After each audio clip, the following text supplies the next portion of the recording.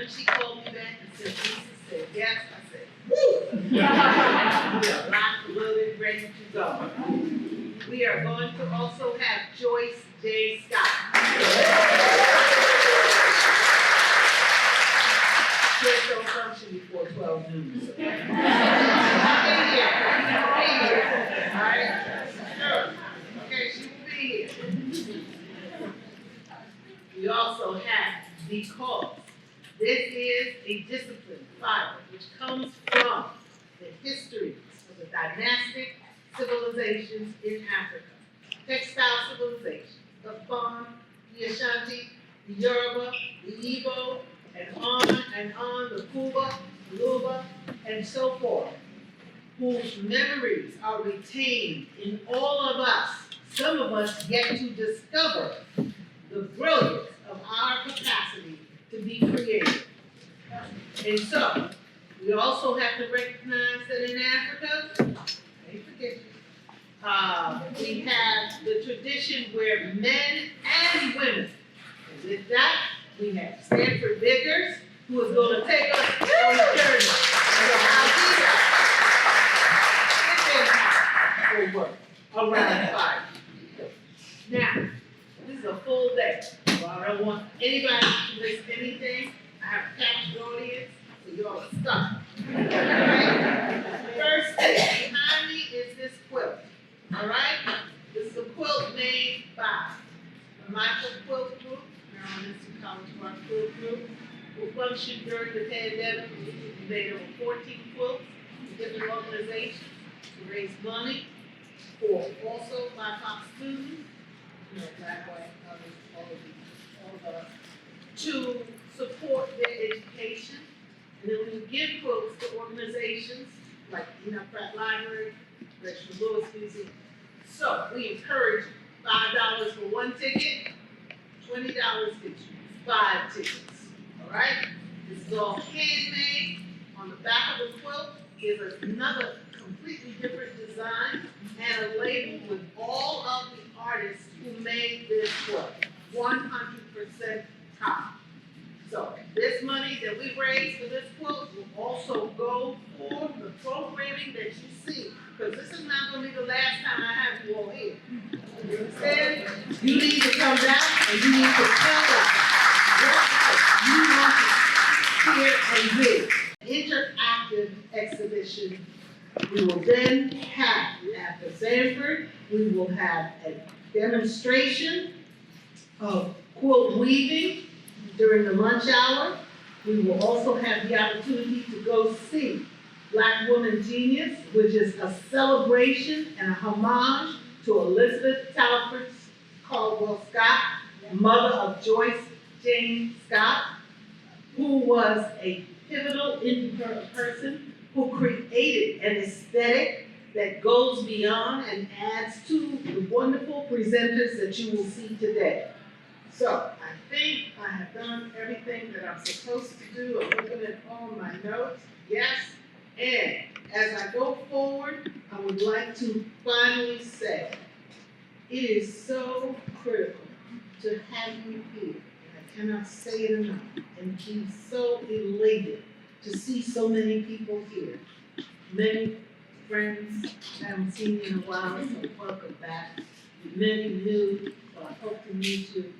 Other former students and individuals that I have worked with.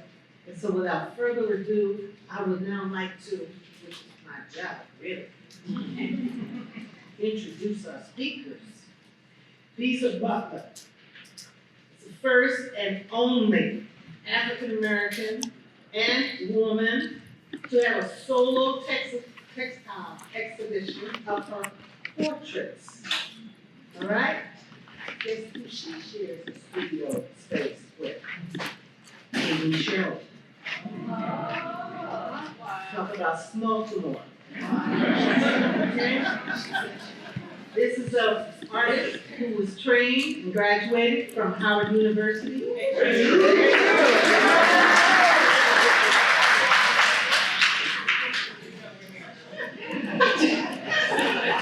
They in the house. You can't get away from it.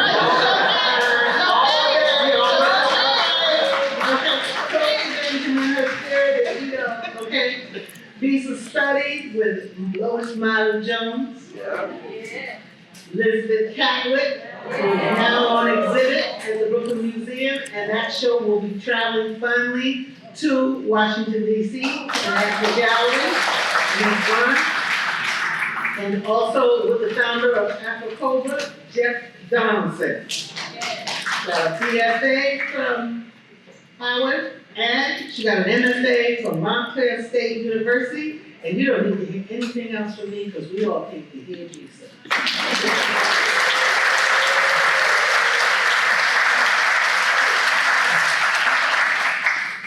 Thank you so much for that amazing introduction. And I have to say, Dr. Benjamin was my professor as well at Howard. So I know that she's in here checking in on me and making sure I'm doing what I was taught. Thank you all for coming. Thank you, Dr. Jones, Dr. Leslie, Dr. Lowery, all of you, Sanford, Natasha.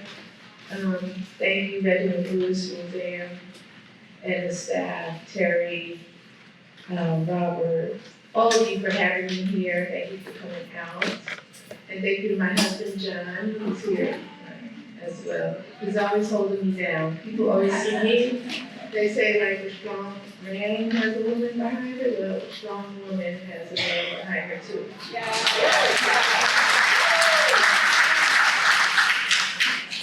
I wanted to start off the conversation today because I had a feeling that the crowd would be very primarily heavily Black women, as we see. I see men here as well. I see people of other races. But it got me thinking about my matrilineal line. Speaking of Dr. Benjamin and people who have passed on, so I wanted to start with this photo because these are my aunts. Well, it's my mother and 3 of her sisters. They were 10 in total. And this is an important photo because these are the women who guided me, birthed me, taught me the way I speak, the way I act. Some of my mannerisms are very much like them, but the clothing that they're wearing, they had to make those skirts. And I wanted to include this because my interest in sewing and fibers came from them. And they were very much interested. I think they're looking at magazines there. I grew up looking at like old magazines, Elle magazine, Marie Claire. And my grandfather was a U.S. emissary in Morocco. So this photo was taken while they're in Morocco. And they were an ordinary middle-class family. My grandmother's from New Orleans. My grandfather was from Nova Scotia.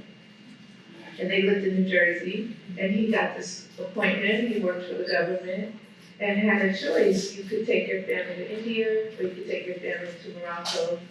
And this is in the early 1950s. So they went to Morocco and they did not come back until about 1968 or so. So my mother's formative years were spent in an international crowd amongst people who had a lot of money and a lot of influence. And how are you going to keep up with the Joneses? How are you going to show up with your 10 children to these big events if you're not dressed properly? And so they were very much into fashion and using the finest of materials, silk, lace, gabardine, and knowing which type of wool is for what season, what kind of lace is appropriate. Is it Venetian lace or what is it, Belgian lace? What do these materials do? And so this was my formation into somebody who was interested in fiber.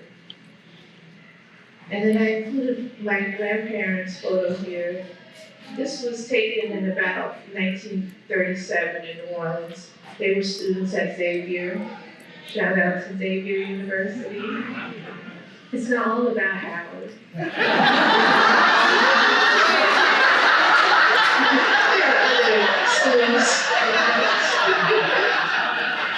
I love this because I made this while I was in grad school. And this is my very first quilt. I had a professor at Montclair State, who was teaching fibers. It was just a survey. You make a quilt, you made a felting, you did crochet, you did surface design, different things. And so I thought, okay, I'll make a portrait of my grandparents. First I did a portrait of just my grandmother. It was a painting, and she was very unhappy with this painting. She was about 82 or so, and she didn't feel like I was seeing her. And she told me I made her look like an old lady. Let me just say it. So I put that painting aside and was walking around her room, and I realized that this photo had been on the dresser. I had walked by it every day of my life. So I made a portrait using fabric that my teacher had in class. She had a fabric that had purple flowers on it. My grandmother's name was Violet, so I thought, okay, I'll use that. And then I was thinking about her temperament. Louisiana woman, New Orleans Catholic, Creole background, but she wore a lot of delicate fabrics. And she herself was a very gentle person. So I used a lot of lace and a lot of florals. And my grandfather was the one who was interested in Africa. He was interested in Haiti. God bless our Haitian brothers and sisters. Unfairly targeted. And my grandfather, although he was not directly from Africa, was interested in his ancestry, so I tried to use African cloth. And I'm including this photo because it's really important to me. My father's from Ghana, West Africa, and this is the last surviving photo of him as a little boy. And he's standing up to the, is that the right or the left? With your shorts on. His mother, my grandmother Amina, is in the photo, and the other children are little girls. And some people may or may not know, many times African children, their hair is cut very short. I think it has multiple reasons, but when they go to school, it can be like a control for lice or other things. It was also, I think, they wanted all the children to be uniform, male and female. All the hair is going, it's a very hot place, as you know, Ghana. And I love this photo because my father is holding a little ball in his hand, and he used to play soccer with a tennis ball. And so to me, it is the beginning of me seeing how my father became who he was. He eventually became a college president, and he was the captain of the soccer team at Seton Hall. So that all that practice with a little tennis ball, sometimes when you have less, can turn into more in the end. And I used a lot of kente cloth in here. Dr. Leslie spoke about our ancestral past coming from societies that make cloth. We know that the Ghanaians are popular or famous for the kente cloth, which is usually woven by men. And then the other fabrics I used in this piece are little bits of the family. So I gave this portrait as a gift to my father upon his retirement from the college. And then I used little bits of fabric from each one of us on there. And then the photos, you can't see them that well, but they're photos that are stitched onto the kente, just moments of his life.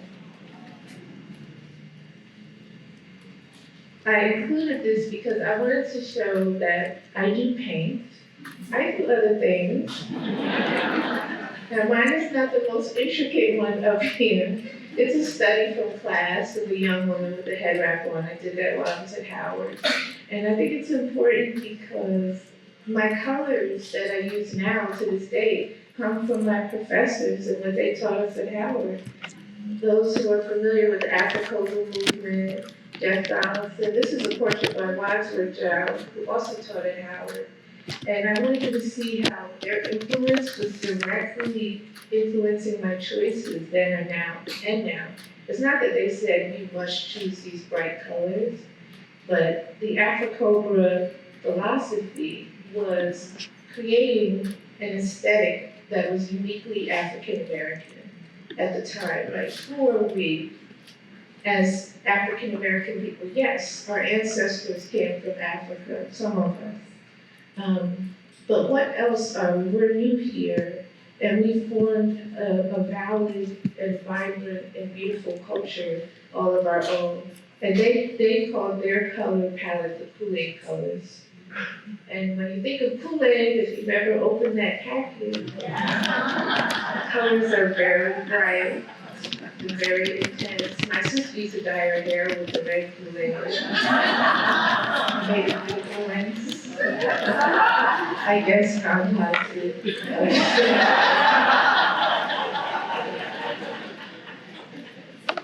And I included this as well because family is very, very important to me. These are not my birth family, but these are the Kinseys, Bernard and Shirley Kinsey. And they were the first notable collectors who showed their work publicly, who purchased my artwork. Mr. Kinsey bought my pieces back in 2003 or 4. And they included me in all the exhibits that they did. Their works went to China. They had an exhibit up at Disney World. And more importantly, they had an exhibit here at the Reginald Lewis Museum. And my work was in that exhibit, and that was back in 2010, maybe, 11. And this is the piece that I had that was here at the exhibit. It is taken from or inspired by the source photo was taken by Prentice Pope, photographer out of, I think it was Tuskegee. And Prentice Pope photographed ordinary people around the campus, and he titled the piece The Boss. And she is all that. And she, although she may not, clearly doesn't have a lot of financial wealth, at least she's not visibly showing it. I see a woman who's like a queen. She's powerful, she's confident, she's strong. And look at the way she was looking at Princess Pope. She's not to be messed with.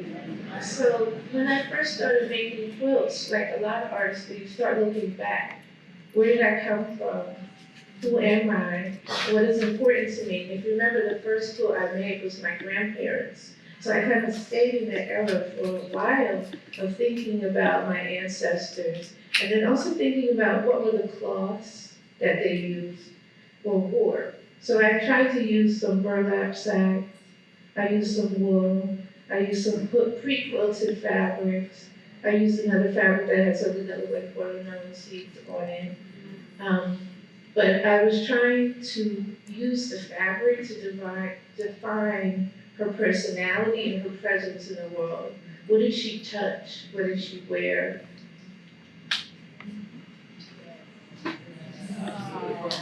This is the piece that I call, I go to prepare a place for you.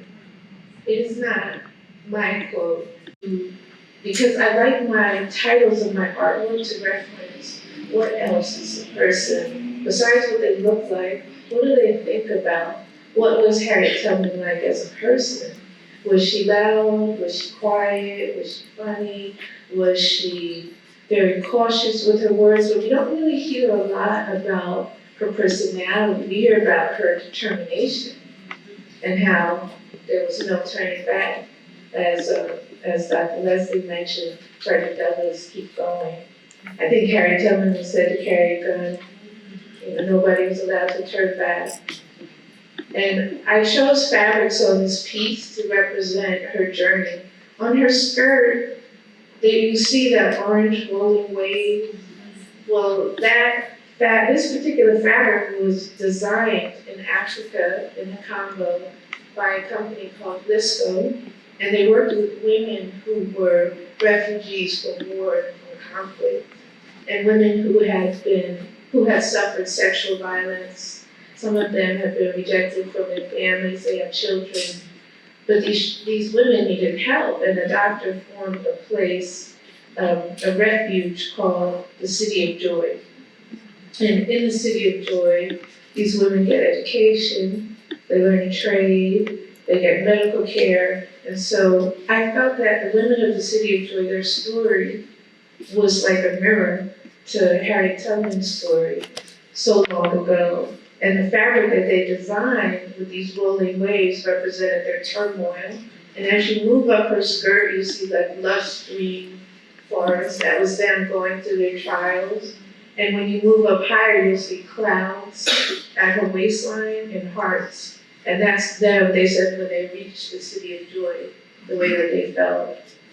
And the surrounding flowers around her, you can see it, those are sunflowers. And the sunflower is known as a devotional flower. And if anybody here plant sunflowers? Okay, you see how they move towards the sun. So that flower is almost like imitating a person who's worshiping God. And I read about Harriet Tubman's deep Christianity and her belief in God, so I included those flowers. And the dark shade was to represent how she traveled at night. Sometimes me and my husband will travel around places like here in Baltimore. You don't really get like absolute dark without the light. But if you've ever been to the islands, or maybe in some places in the countryside, you can get a dark night. And that when I'm in those spaces, I think about what it was like for her to travel in that kind of inky darkness and still keep her faith that she was going in that direction. I included this photo as well. I created this piece during the pandemic, and we were all trapped inside. This was during lockdown. And I was seeing all the news. They were saying, elderly people should be careful. And my father is an elderly person. This couple is not a portion of my grandparents, but as you can see, I love elderly people. I love the knowledge. I love that they've seen some things, and I want to know what those things are. The elderly man, on his shirt, there are words that in the middle, on his buttons, and it says, Prenez soin de vous. Anybody speak French? What does it mean? Take care of yourself. Take care of yourself. Thank you. And I thought that that was a beautiful message. That fabric was created during the pandemic in Africa. So that was a message for women and for people who take care of yourself, wear your mask, wash your hands, that kind of thing. But I also thought about it spiritually, because we also had the uprisings during that time. Dear brother Freddie Gray, so many of Breonna Taylor, Ahmaud Arbery, Philando Castile, George Floyd, thank you. So many of us were suffering during that time, so it was my mantra in a way, like a blessing for our people, take care of yourself, stay strong and stay safe. And I often like to use African fabric because of the meanings behind it. And I put the close-up of the woman's, I was gonna say grandma, but the grandmother's face and her clothing, because on her collar is little beans with little babies in them. And on the other side is a little chicken with eggs. And that fabric in West Africa is known as children are more precious than gold. So I thought for her, that is something that could represent her inner self. I'm always trying to get the inner and out of there. What is it that she may be thinking of, and what might be important to her? And then one last thing I'll say about this piece, her sleeves are like blue with orange something on it. That's known as pain chaud or capre. And I think about the grandma, she always has something warm cooking. I received a Gordon Parks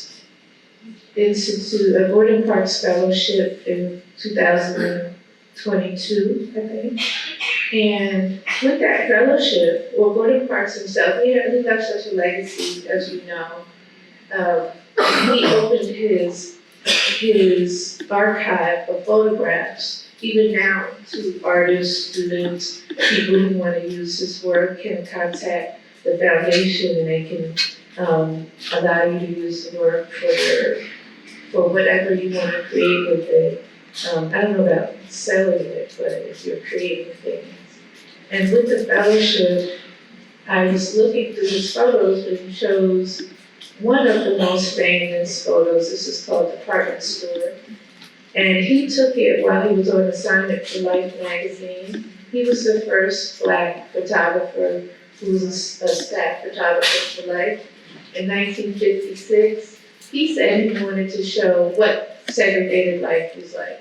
What is it like to live in a place where segregation was by law and legal and socially acceptable? And when he went, he took these photographs. He followed a particular family around. This is a young woman and her niece. And he took many photos of them downtown. He took them at school. He took them at funerals. But what is their life like in segregated Mobile or in Shady Grove, where their home was in Shady Grove? And he was threatened. His life was threatened. He had to leave by threat of death in the night. He had to call Life and had to send somebody else, somebody white, to come in a car, and he had to hide in the back and be shuttled out of town because of the shame of them standing by their own word. He believed in segregation. It should be perfectly fine to see this beautiful woman and this gorgeous little girl unable to enter the department store around the front, but go into the colored entrance. And this was a moment of conflict for the young woman. I thought about this, and I also read this in the research, but that's her niece. Do you have a right to burst that bubble for a small child? She may not know that she can't go in the main doors. She may not have ever been confronted with that. I don't know if she can read. And so her aunt is standing there thinking, what do I do? Do I just, you can make something up, it's not open, we'll come back later, or do you tell her the reason why they have to go around the back? In my piece, I used African fabrics, again, to talk about who she is. The young woman, that pink floral fabric around her waist, that is a fabric that is shown and used a lot on beautiful young women. And so I wanted to show that I felt that she was beautiful. Her skirt, the woman's skirt, their little handbags, that fabric is known as Michelle Obama's purse. And I like to have those nods to the current day, because she would be like the aunt or the foremother to Michelle Obama. If she hadn't gone through what she had, Michelle Obama wouldn't have been at Princeton and would not have become somewhat of the woman that we know her as.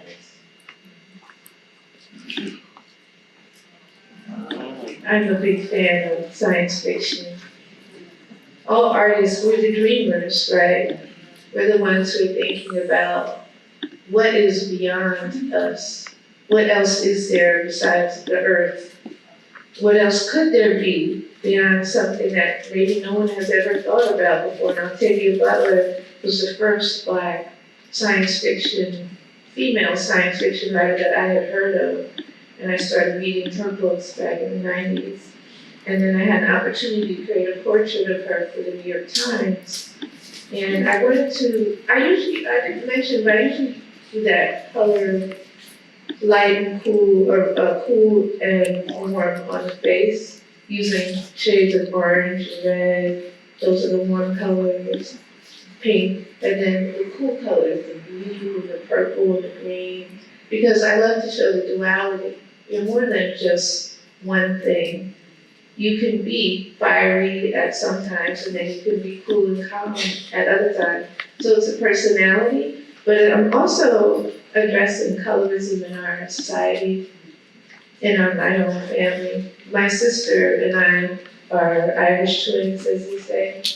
We're 11 months apart, and she's light skinned and I'm dark skinned, and that was always somehow a big conflict walking around. Ever since we were small, people would stop us and they would look at my sister and say, "Aren't you cute?"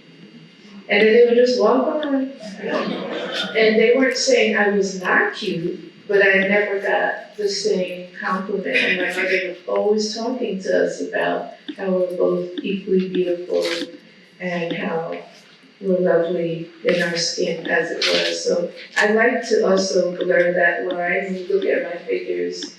If you didn't know Octavia Butler and know what complexion she was, I want you to know that she's this powerful and beautiful Black woman, but what shade of Black, I want that to remain unknown. This is a portrait of the Harlem Hellfighters. When I first came across this, I thought I was looking at, well, does anyone else think that this is the Tuskegee Airmen?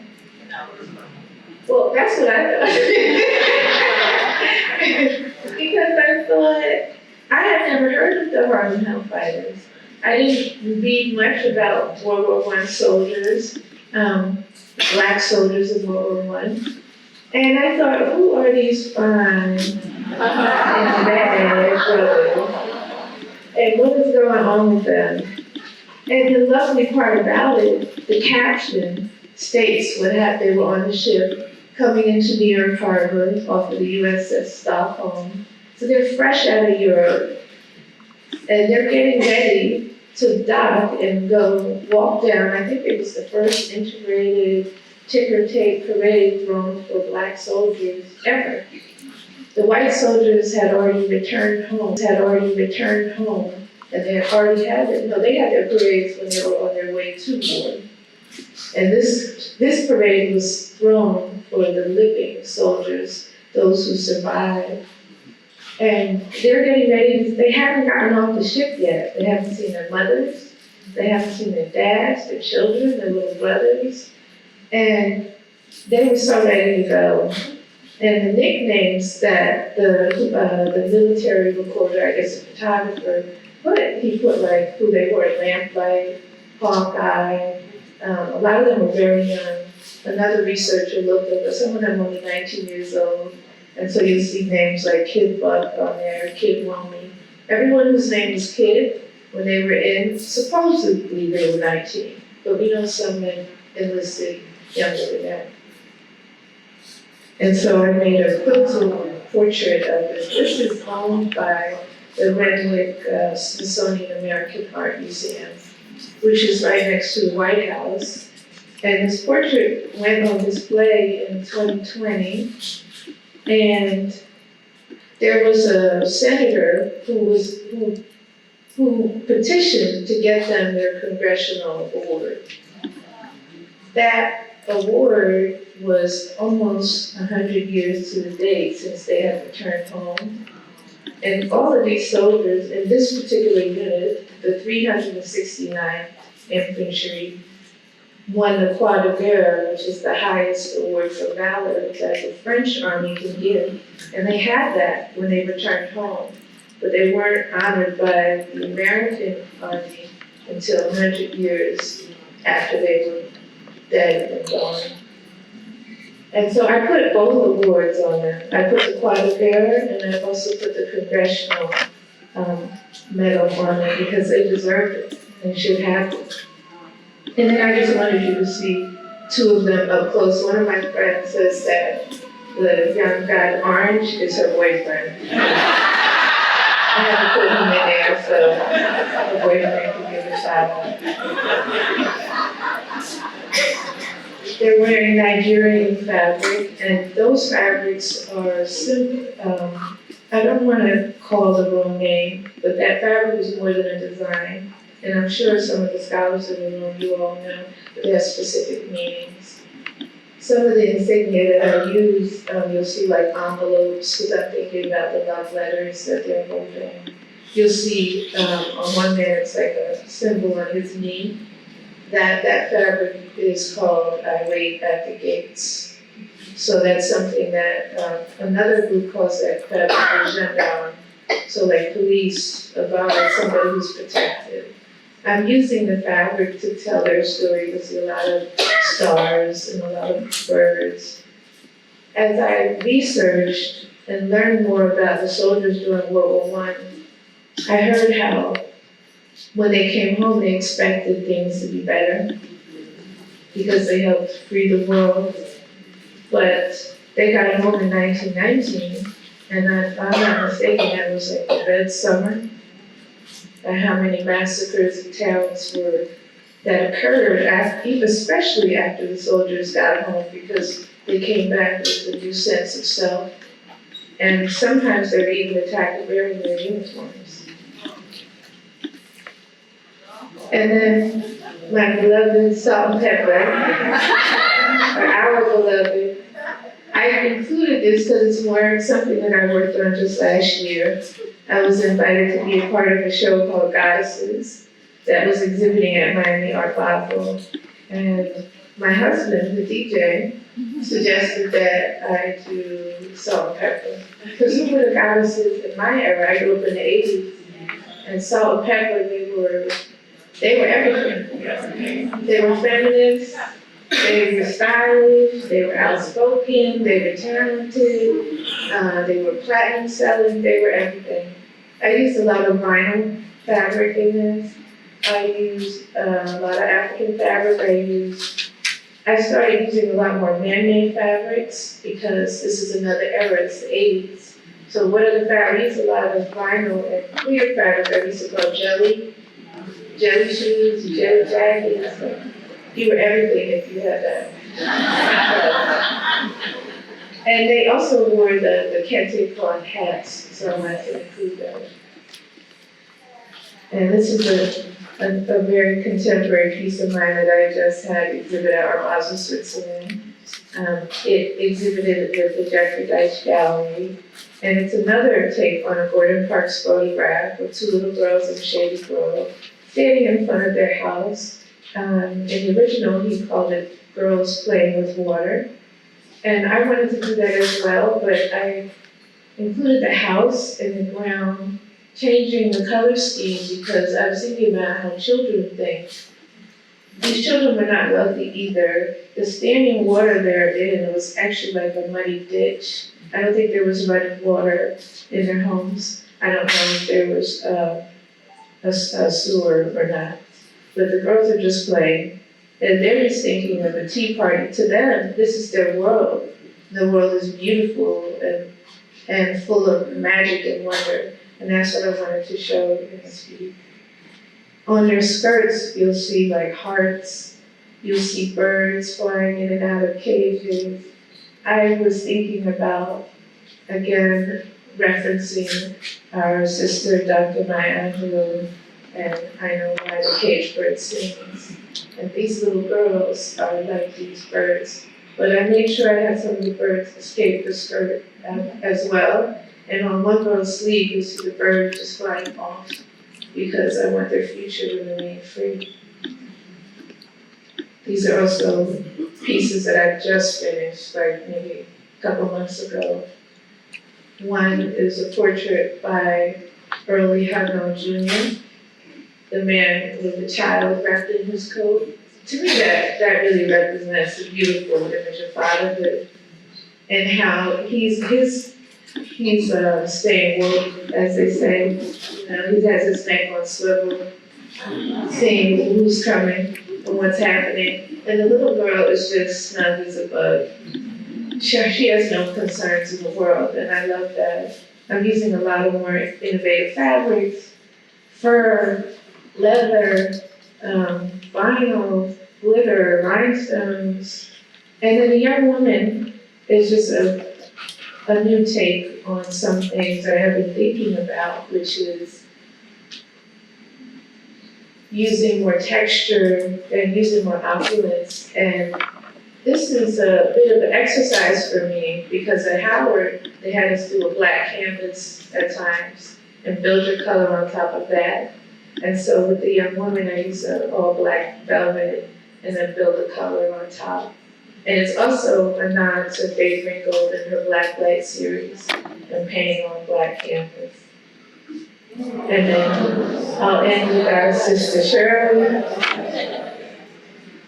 the first Black female congresswoman out of Bed-Stuy, Brooklyn. She also ran for president. Her movie is out now. How many people watch the movie? If you haven't, you should watch it. It's inspirational. She did not win, but you feel her power. She was a brilliant woman.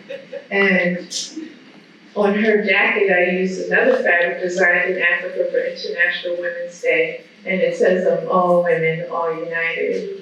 And this will debut on October 4th at the Brooklyn Museum of Art. And I want to thank you all so much. Thank you for coming.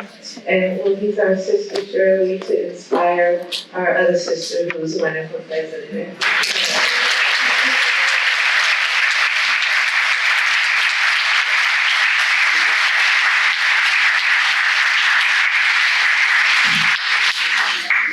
You need to understand the brilliance of this woman and Amy Sherrill, who have literally redefined how Black portraiture can be approached from multiple perspectives. Now, you all have questions that you have, please pass them forward, raise your hand, Laura, so choose to collect the yellow cards, come on. Okay, and then we will have a few questions before we go into lunch. In the meantime, while we're getting these questions together, please note that this quilt tickets will be over here for the raffle. And then we will have,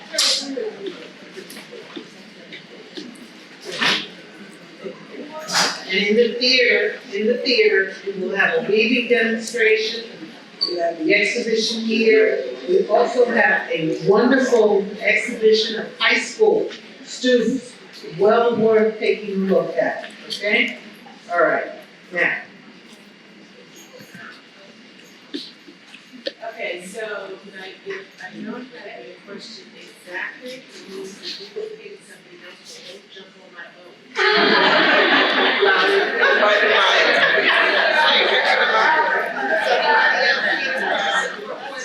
No, just so.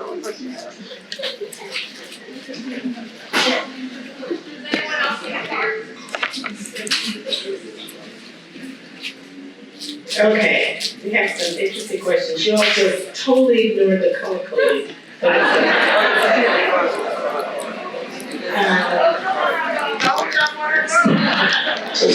Any other cards before we start? Okay, the first question, I think you talked a little bit about reading and elaborate. Where do you find out about the symbols? What? We're not hearing you. Where do I find the symbols on the African fabrics, or where do I find the definitions? Yeah. What they mean? Sometimes, well, I have an African family, so a lot of, as you know, a lot of our African history is oral, so my aunts would just tell me. But also I just look it up too, fabric meanings. Although there should be some writers in the room, there should be an encyclopedia with all of them. But African women are so innovative that the fabric companies make the print, and then they go to the marketplace, and the African women name it that. So they might name it Fabric 543, and then the African women say this one means men are not loyal. And then that's what it's called. And then the fabric companies go back and they change it. Men are not loyal. I think that sort of addresses the question about finding resources for the meeting. That's all history. And online. And online. The next question is, who are the next 5 individuals that you plan or would like to create pieces of? Oh my goodness. Next 5. I'm really focused on, I always talk to my students about the beauty of the people around us.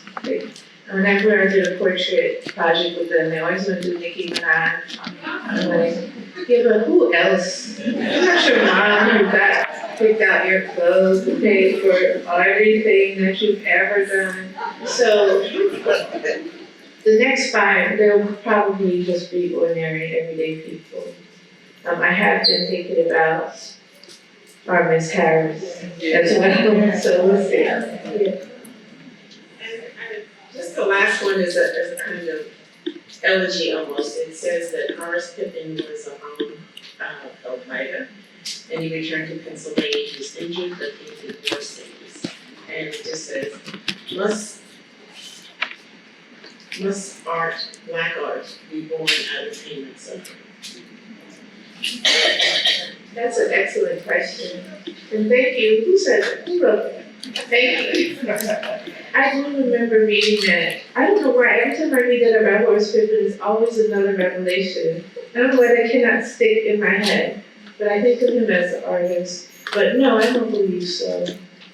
At Howard, they did teach us that our art should be purposeful. And they were students of the Black Liberation Movement. So that was in their DNA, their philosophy, that Black artists had a responsibility, especially coming from Howard or Morehouse or Spelman, but the talented 10, that there were so many of us who were suffering still, so that we really didn't have the luxury of just being, I'm just making art because.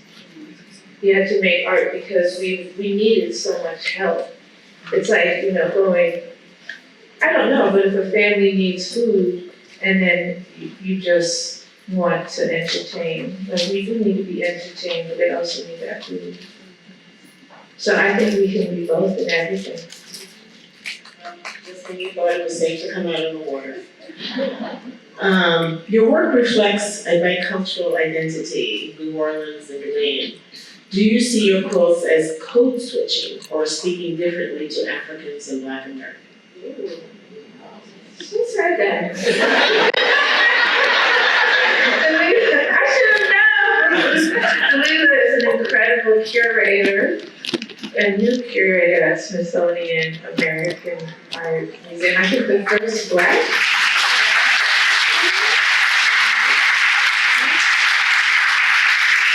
That's a great, I like that term. No, I said yes.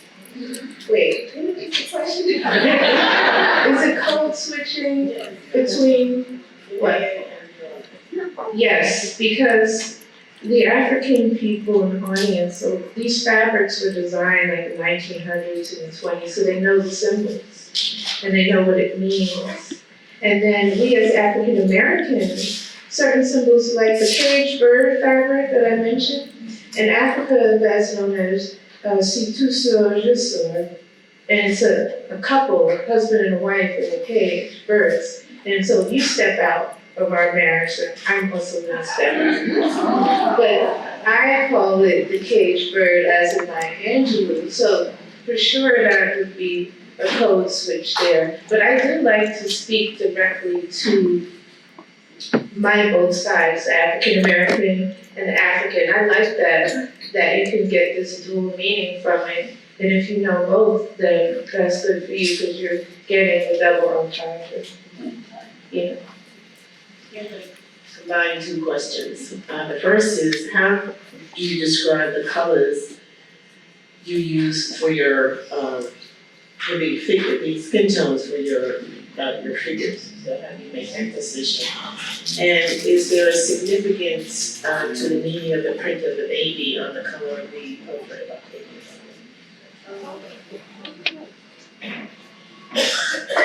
I usually try to choose the colors of the skin, even if they're bright, based on the. So I'm trying to look at the portrait. The previous photo that I showed, this young woman who's leading, she's in a very cool, repose. She's chilling. Like she's a totally different emotional mindset compared to the portrait of Shirley Chisholm. So I'm using color to allow the viewer to hint at the story I'm creating. I actually don't know what Shirley Chisholm felt like at the moment, but she has her arms raised and she's got the victory sign or peace sign, however you look at it. And her energy was so up that I wanted to use colors that reflect that. And so if I feel like the person is more of a low energy, then we use colors that help us as a viewer feel calmer as well. This is a good question. Have you ever completed something that you're not happy with? And then what do you do with that work? Did you consider giving it away?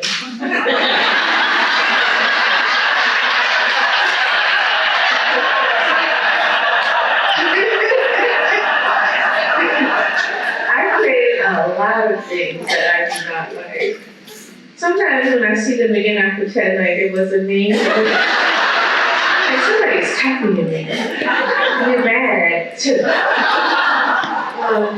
I tried that. I did that a lot early on in my career. I would have an opportunity to do a show and they'd say like bring forward.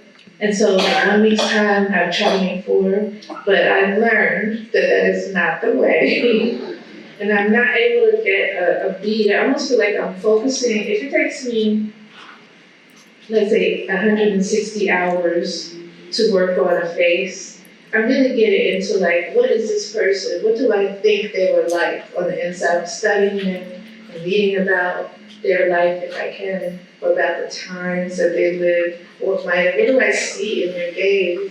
So if I try to rush it, they just look, I once had a piece that I did, and the gallery sent it off to the person, and the owner, the collector said they couldn't pay it. They said, I cannot put this on my wall, and sent it back.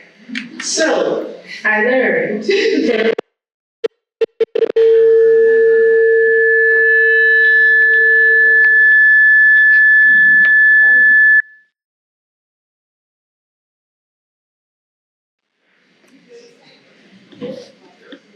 so anyway, I just try not to do that. And I usually won't give them away because those ugly little things come floating back. Oh, the baby. Dang, who said that? Who noticed that? I didn't want y'all to notice that. Because the baby is pink, it doesn't quite. I wasn't trying to say that the baby should be pink. The fabric is just literally like the color pink and blue. So it was supposed to be just any baby. But you know, everything is very color coded in this country. So it's a pink baby, you think the baby must be white. Which is in Octavia Butler's books, one of them, it was about birth and the human race and how it's born. You gotta read her books, but maybe not outside of a woman. Babies were just born in an alien landscape. I don't know. Okay, we keep saying it's the last one. I lied. So I'm gonna combine these. One was one question was remarking that you portrayed many African American legends, and who the most important that you've ever portrayed. And then this one is, have you ever thought about capturing the 6888 Central Postage District Battalion? The women who prepare My father has been on me to create a portrait of the 6888, right? It's actually on my phone, so I know I have to do it. It's just that after I made the Harlem Hellfire, it took a year to make that portrait, and it was so arduous, and it was late, and curators were upset with me, and it was rough. And it was also during pandemic, and I lost my best friend, and it was just like, I don't want to take on this heavy burden ever again. But it's not ever. But then my husband looked at me and he was like, what did you think would happen if you took on the hellfighters? You thought it was going to be easy? Or you thought you were going to escape that emotional karma, some of the things that they went through? Like, you have to be careful what you take on. So I just didn't feel like doing another big project in a long time. But I feel like I'm ready now. And then I forget, the most important person, I mean, that depends, right? Because the most important person to me would probably be my parents. Or my grandparents, I wouldn't even be here. So that's pretty important. And then, other than that, I mean, I really felt the obligation. I feel like Harriet Tubman is so responsible for a lot of us being here as well, being free people at all. So, Thank you so much, teacher.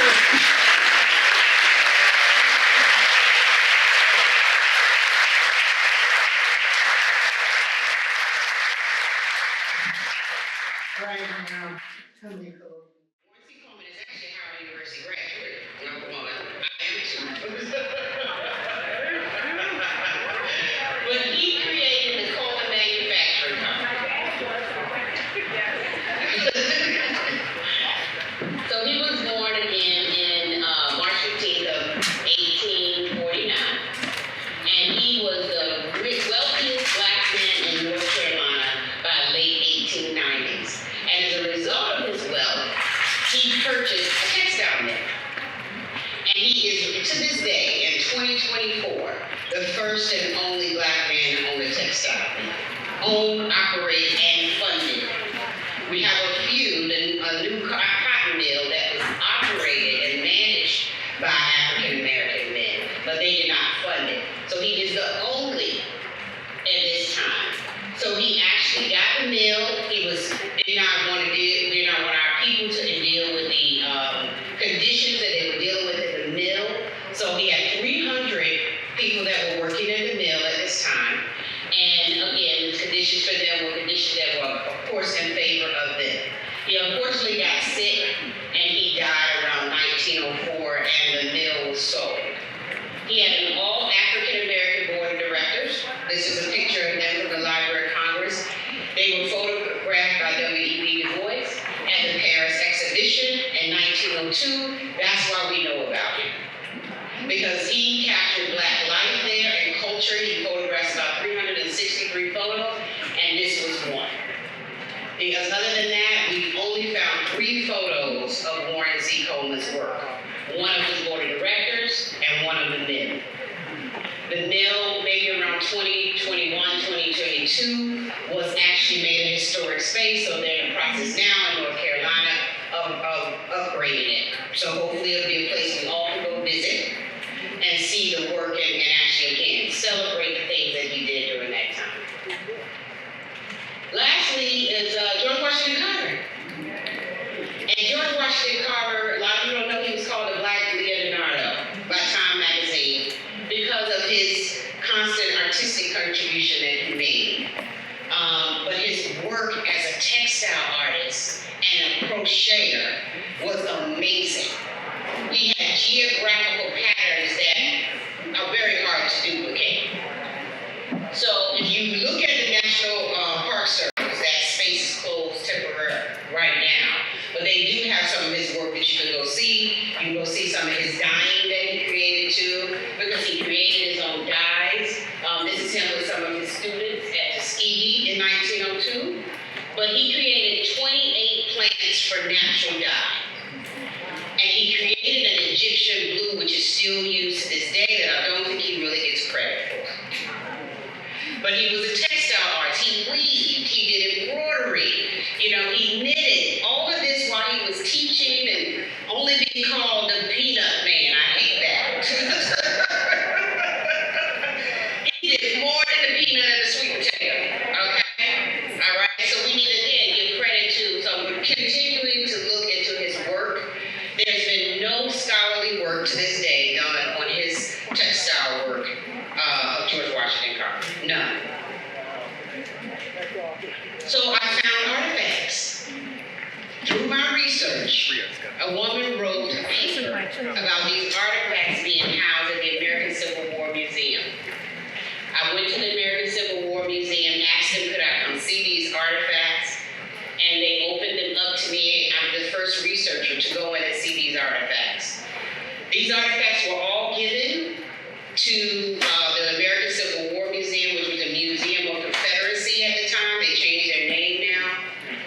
And they were all given by slave owners as a way to preserve the life before the American Civil War. And in doing so, they gave these pieces and they were unnamed.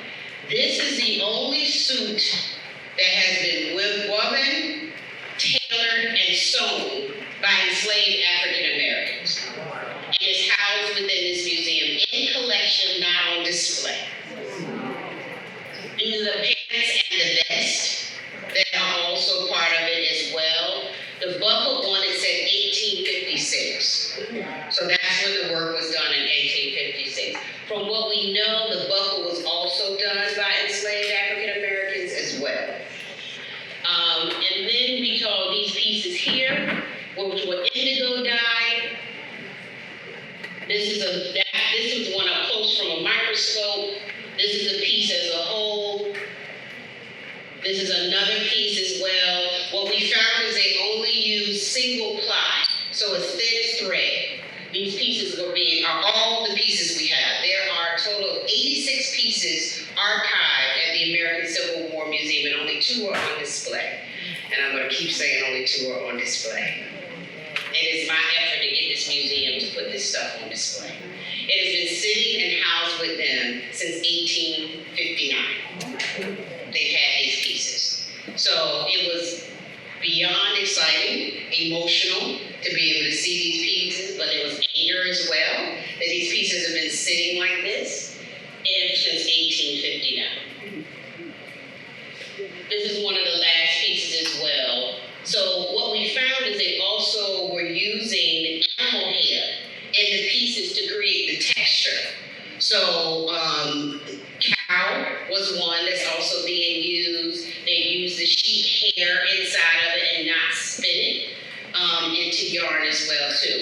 And actually using techniques of like twill, which Rachel will come up in a minute, both of us will show you. They were able to create these patterns. And again, you can't find, like I said, the pattern itself.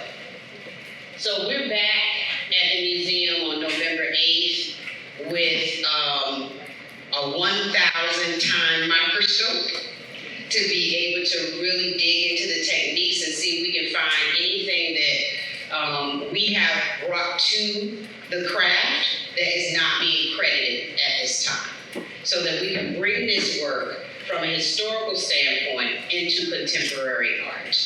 And my pledge with this and my pledge with Fiber with a Cause is to make sure that I see African American textile designers, fiber artists, knitters, crocheters understand that there's a history that has come as to why you're so connected to this particular work itself. So I want to thank the Center for Craft Research because they funded some of our research, the Library of Congress, the American Civil War Museum, and of course the Reginald Lewis Museum for giving me the opportunity to continue to talk about this work. I thank you all.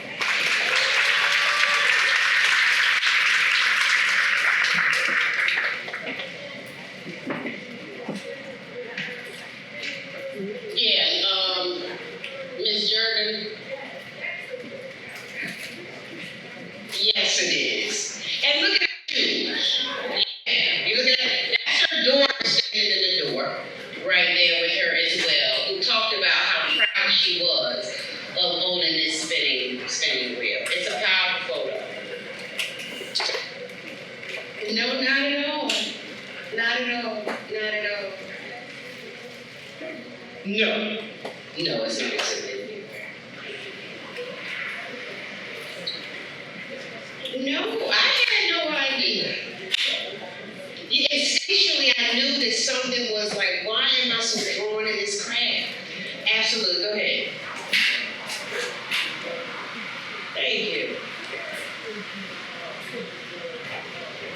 In Richmond, Virginia. It's in Richmond, Virginia. Yeah, absolutely. Absolutely. Yeah. Go ahead. Somewhere it mentioned in the United States, it's like quarters, is it second or third? One of them mentioned that the United States had a percentage of the cotton that was. This one here. That's it. In 1850. Yeah.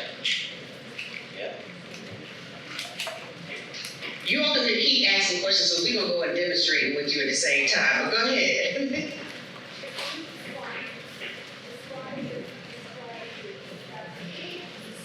Yes. The slave code and the Act of 1735.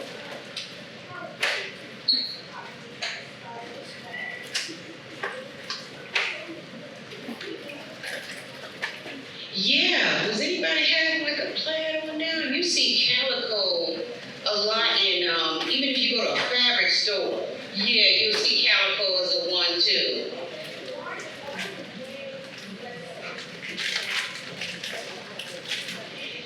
It's probably because of fiber that the textile they were made of, the fibers that made those particular types of textile. If they were, so even Washington had a textile business. And he had one man ran it, he managed it, and he had 2 enslaved weavers. They were both men. They had 60 customers, and they only did silk and linen, fine things that were imported over. So if they had that fiber in it, then it was a no. That's what it was. Harriet Tubman even weaved as well too.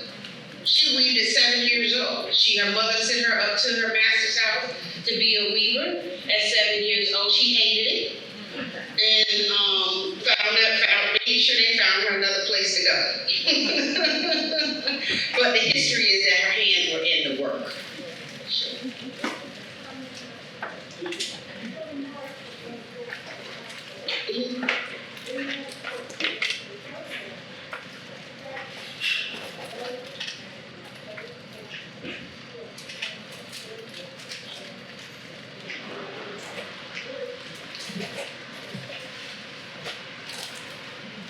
I need to go find it. Yeah, because we need to add it to it. Thank you. Appreciate that. For sure. So the things you have in front of you, like I said, keep asking questions. Because there's a lot in my head and a lot is not over there. But what you have in front of you are small looms. And we wanted to give you all the opportunity, and in particular Terry, wanted to give you all the opportunity to actually put your hands on weaving. So I will come around too to help people if you haven't woven before. Who's weavers in here? Do we have weavers in here? Okay, we're gonna change these numbers. Because this history is just as big. It's just as big. It actually goes further back. I'm just covering the 18s. I got stuff in the 17s and 16s and even some tribal work in the 1500s. So this work goes back further as far as our hands involved in weaving and the contributions that we made to weaving. So we want you all to weave, and I'm going to introduce Rachel Dickerson. So 2 people taught me how to weave. Maybelle Bennett, who sits for those who could not be here, and Rachel Dickerson. They have a space in DC called DC Art Space. It's a community-based, all looms in the space. And I've been talking to people across the country, and they're like, you are very fortunate to be in a space where you look around and Black women are weaving on each side of me. So we want to make sure that I tell people, please come up and get an opportunity to actually use the loom and experience what it's like to use looms. It is a meditative practice for me, and I think you can say the same. But let Rachel introduce herself.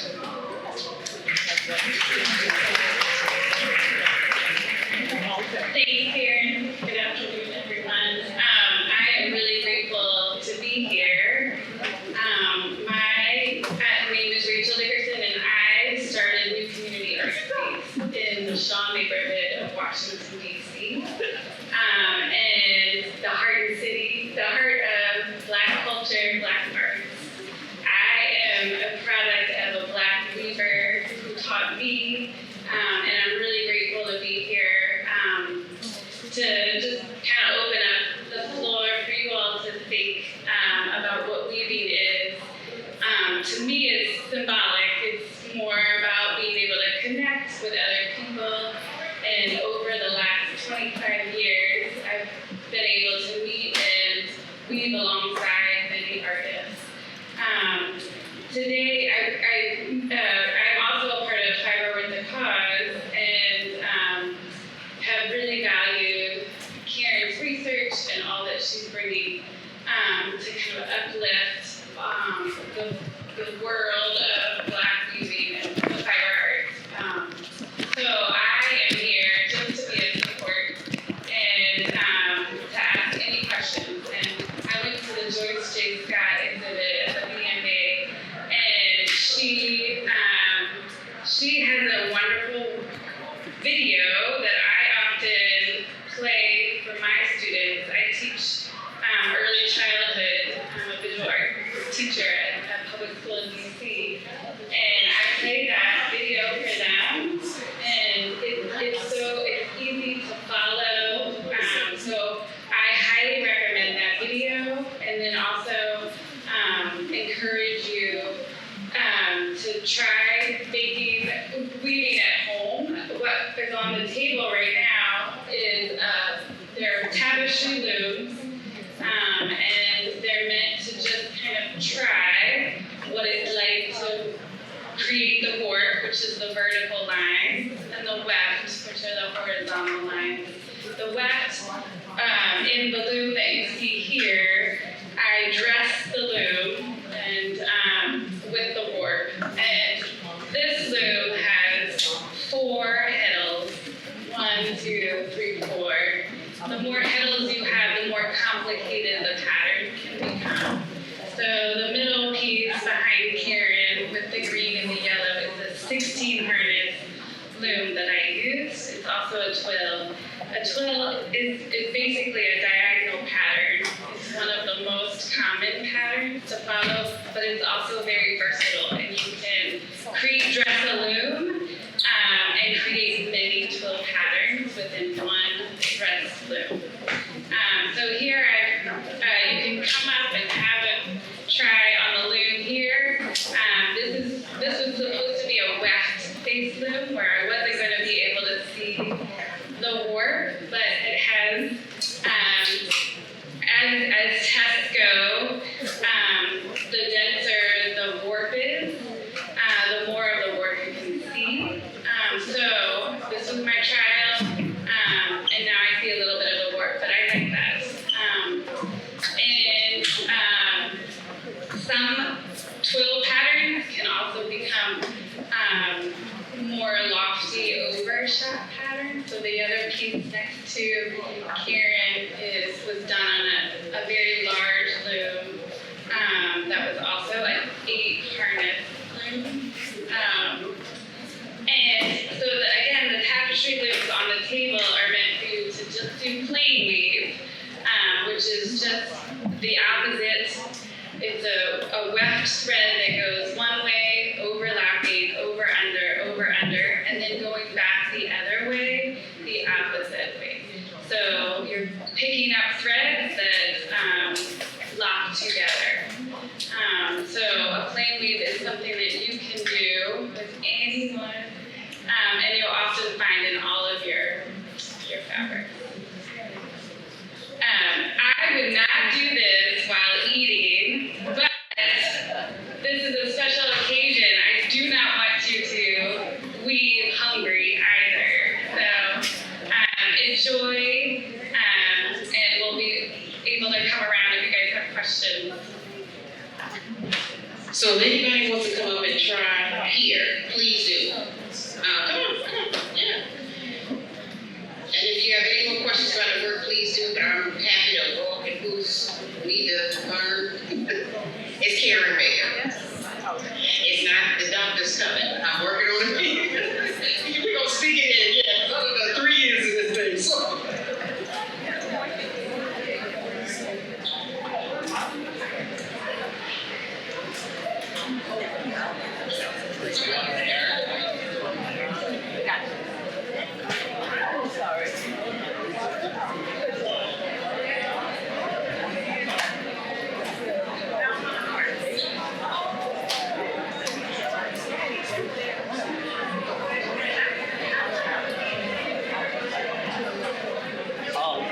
person can see that. Back more paper. I told you. Okay. I think on the back row of paper is the easy thing. Okay.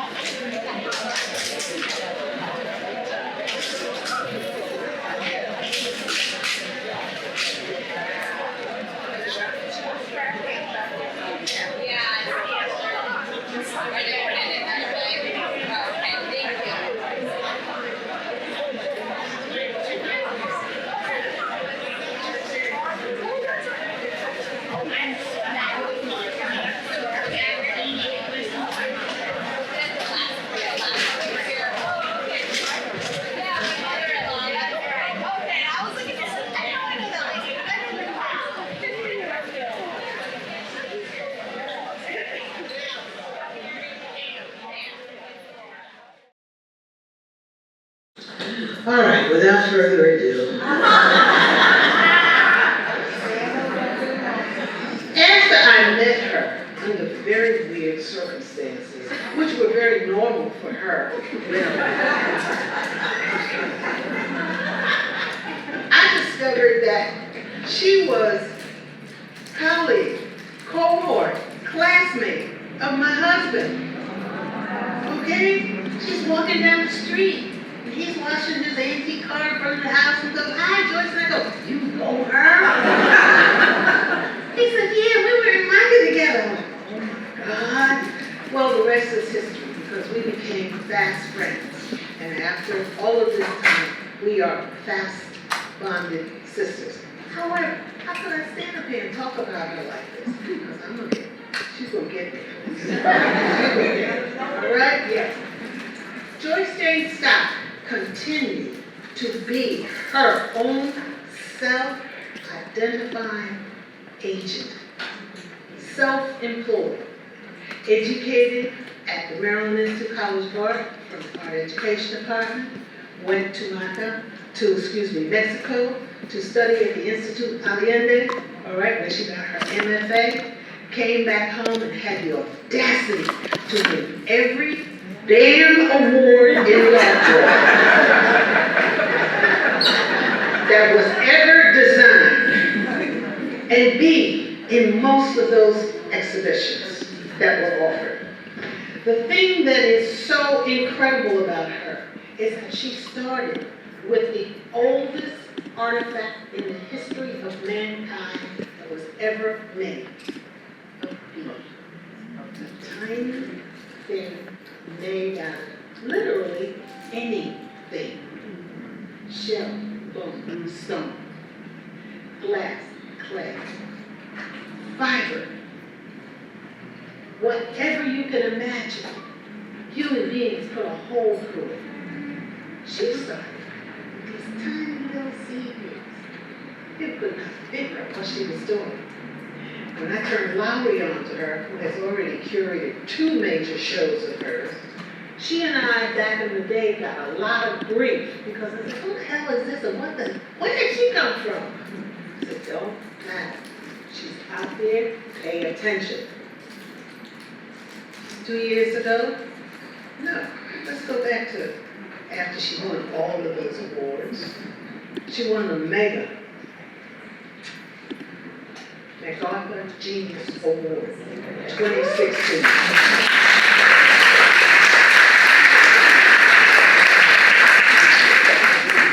A few years after that, Johns Hopkins said, "Oops," and awarded her an honorary doctorate of fine arts.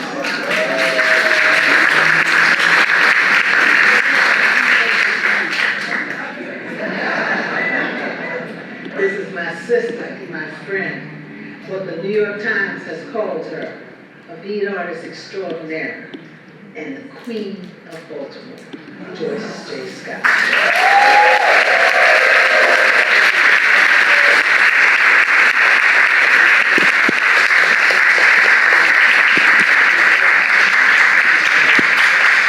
Is this thing working? People all over the world, join hands. Let's have a love train, a love train. People all over the world, join hands. Let's have a love train, a love train. The next stop that you make will be Baltimore.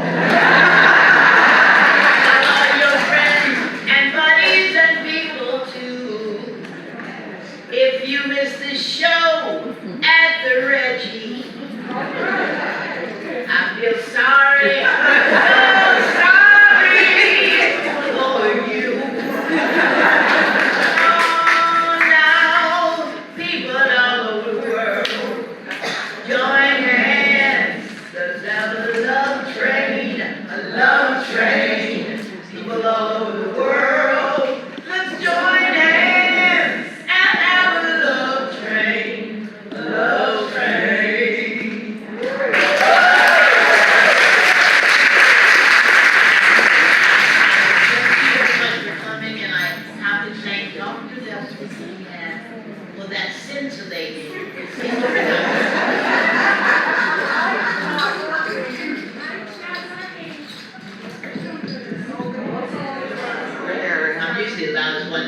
so I'm really surprised you can't hear me. I'm very happy to be here today.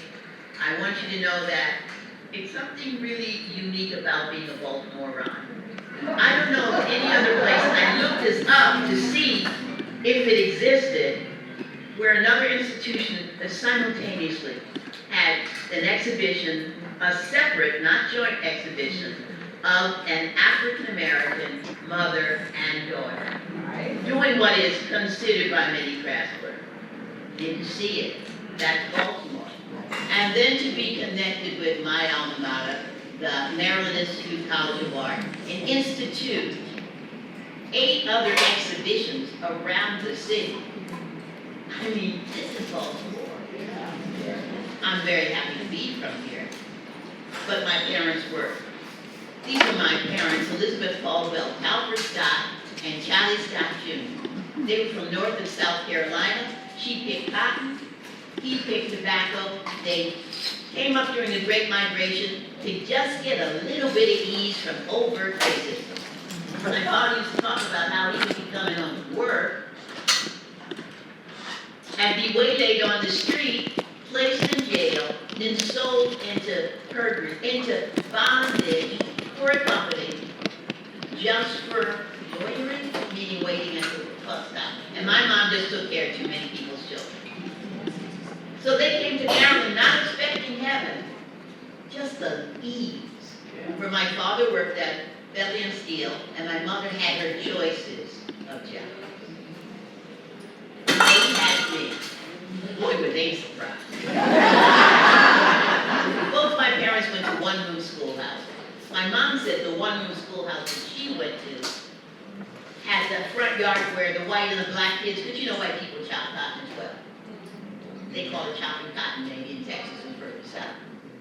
And they were all playing out in the front until they went into this shack that was a school, where there was a sheet separating the black kids from starts early. She didn't get the education she wanted. In fact, neither did my parents, and they were woeful about it. They wished they had more education, and then when they had me, someone who loved school, that was it. They invested everything they could to get me the education that I wanted and needed, even though they were frightened the entire time. And I didn't realize that was fear until I became old. So why would my father not say, because they were frightened to let me fly.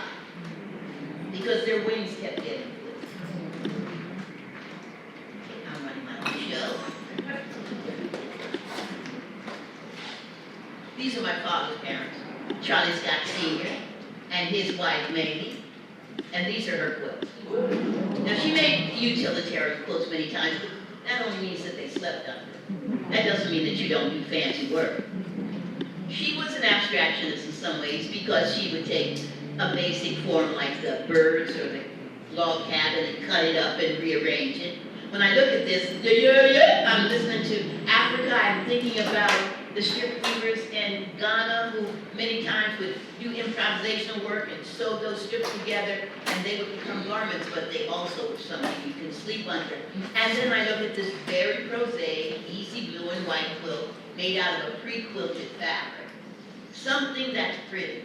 In my home, I'll go with my grandfather next. My mother's father, my mother's father, Samuel Caldwell, had as many jobs as he had children. He had 14 children. 12 of them lived. He worked for the railroad.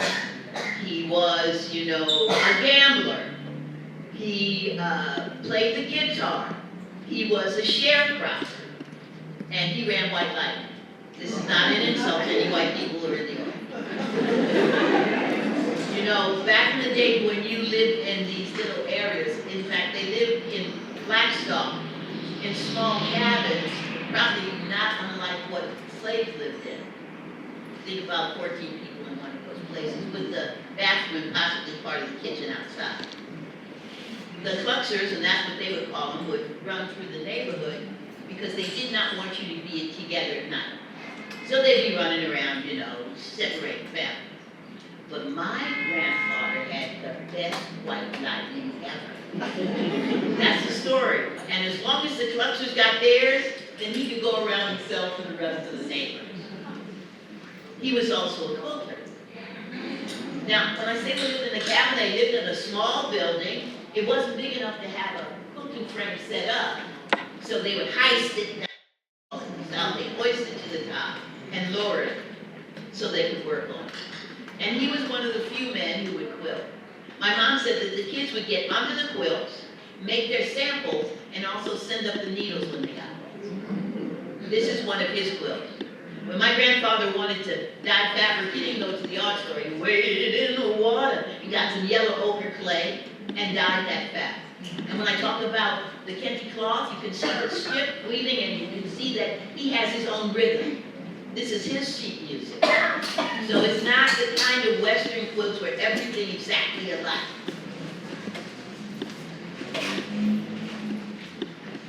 Oh, sorry. His wife, Mary Jane Caldwell, I was named after her, Joyce J, was the person who had the 14 children. So she was not in the field a lot. But she made a lot of quilts. And a lot of them were utilitarian. You know, many times the people went back to the mills to retrieve some of the fabric that was made in that area. The very fabric that was made from the cotton that they picked, they go back and get it. And many times when they were picking cotton, the really short hairs that were just too short to be spun, they tack it back, spin it with something else, and make the kind of shoes, which I now know are espadrilles. They make espadrilles and wear those all of the time because your Sunday shoes were the ones that you did not wear. Okay. When I say these books were utilitarian, once again, they had a lot of zest. I think that they are diaries for pre-literate people.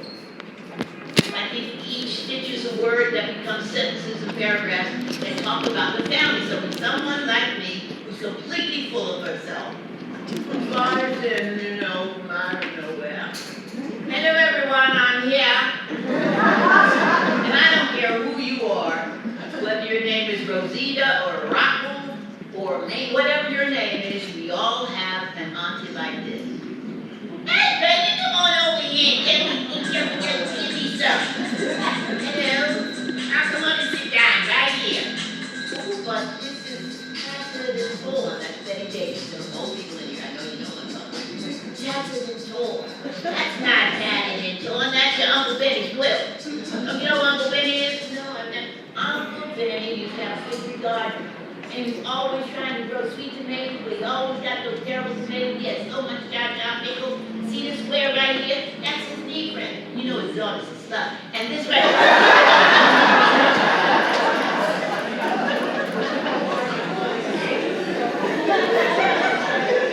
So this was a quilt that my mother made. And she said, Joyce, you can see it really is starting to fall in disrepair. And she said, Joyce, if you love it, you ought to put a new cover on it. That is what that folded sheet is. And she said, love it, and write on it, leading stitches down. And then there's my mother, Elizabeth Talford Scott.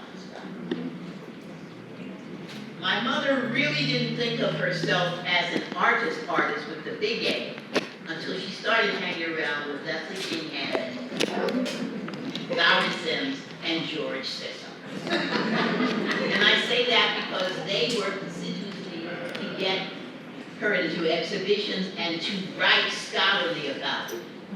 For African American artists, for a very long time, and you still have to fight sometimes, we said the same prosaic story about us. Even if you were born in New York, she came from the cotton field. You know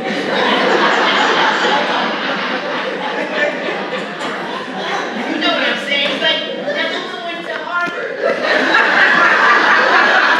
While she was working in the kitchen at Harvard, she's a valedictorian, and well, you know.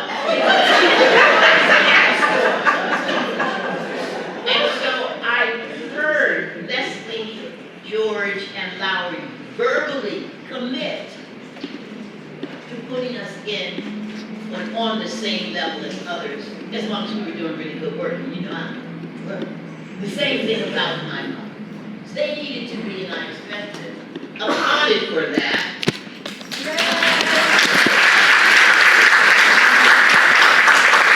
Because to make that happen, they had to battle a lot of institutions, a lot of publishers, and a lot of other curators who really didn't think that the work that I do was equal to a Rauschenberg painting. I always say, I want to make such amazing piece that people walk past the Rauschenberg to get to mine. This is a 50-year quilt. My mother dragged this with her wherever she went, and she would cut up her clothing and add another piece and even taught me how to quilt on. Now, my mother was one of those people who didn't have the same kind of barriers that others about what you apply to your work. So her work has rocks, beads, and buttons, and all kinds of threads and cords. The piece on the right is my piece. It's a prayer piece. It's a smaller kind of piece that you put on your body or on the back of the chair when you're not feeling well. And when she was in the hospital, we have a special one for her that I used to take with her all the time. And a funny story about Mom being in the hospital, because she had influenced so many people, and I'm with a group called the Girls of Baltimore, and their husbands, that when she was in that unit where only your family could come, they'd all go. The white, the Hispanic, the natives, anybody who came, and they said, "Who are you?" "That's our mother."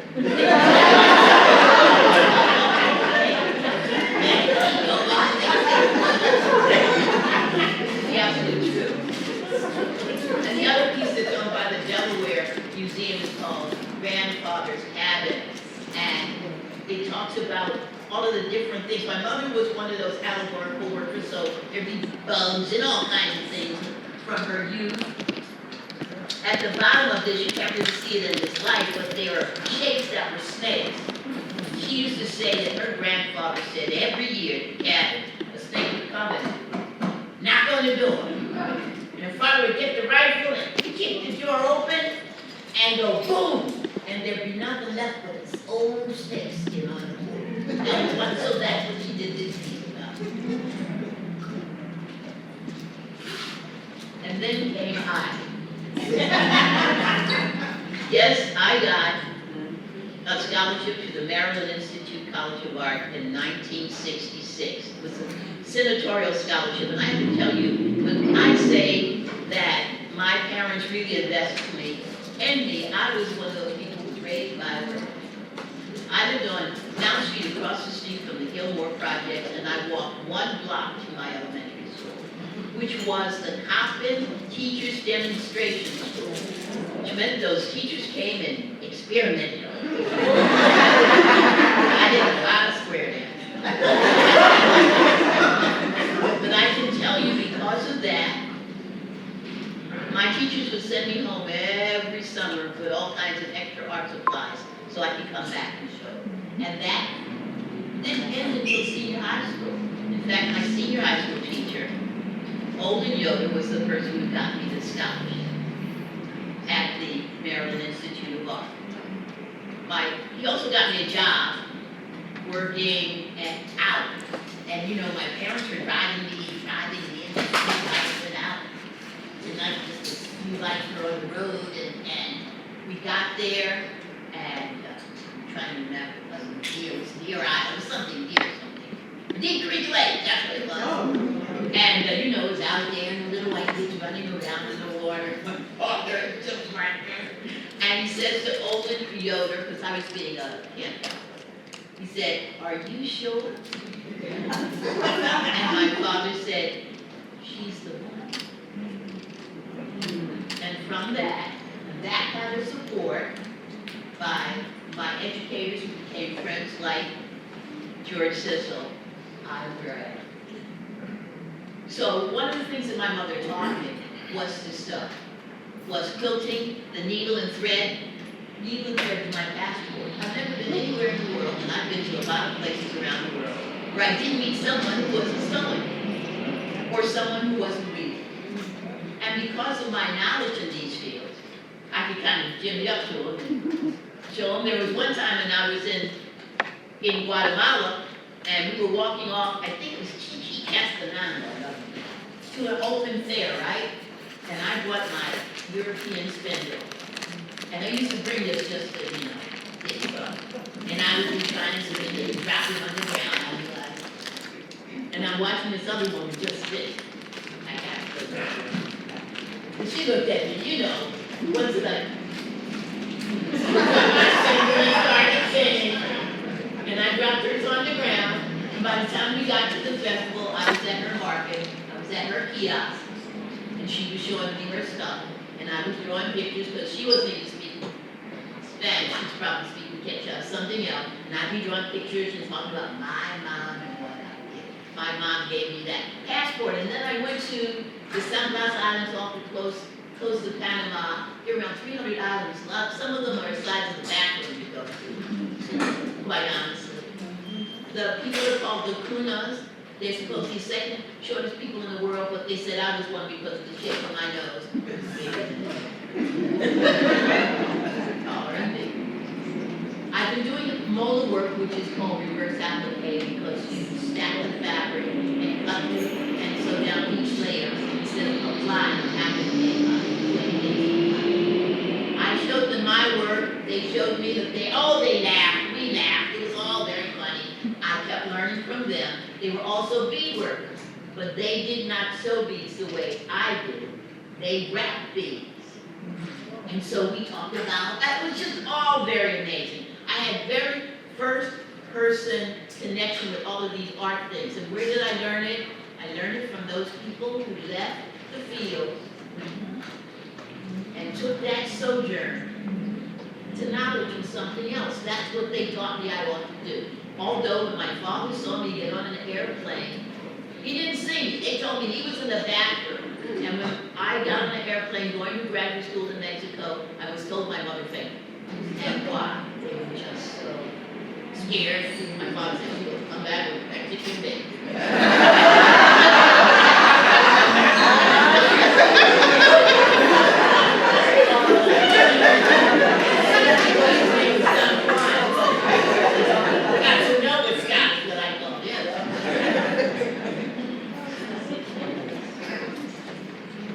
I did a lot of reading. They call it warping the looms because that's what happens to your brain after you. This is the last piece I did. It was in the show at the BMA. I tried everything to continue weaving. I mean, if you look at it, there's crochet in it, there's beading in it, there's all kinds of work, and I could not stay madly in love with it, and I realized it because at the same time I was doing a lot more bead work, and there just wasn't any translucency. When you're weaving, the fiber absorbs, reflects light, but bead allows light to be transfused. This is one of my pieces that I made, and my first pieces had everything, including the kitchen sink, because I was really trying very, very hard to learn and to excite myself with the bead work. I was taught the peyote stitch in 1976 at Haystack Mountain School of Crafts, and here out in Maine, by an indigenous woman. Her name is Sandy Fife, and she said when she got there as the teacher, the students in the class knew everything else, so she decided to do beadwork. And that changed my beadwork, which was either done on a loom, and my mother taught me how to embroider it. And I learned the loom when you go to the Brownies and the Girl Scouts. But she taught me how to use the needle, thread, and bead, which allowed me to be someone who could be as inventive as I wanted to be. Now the piece on the left, I think that might be the piece that I gave to Michelle Obama that I sent to the White House, and I didn't hear anything from anybody for a year. I go, that's supposed to be wearing that.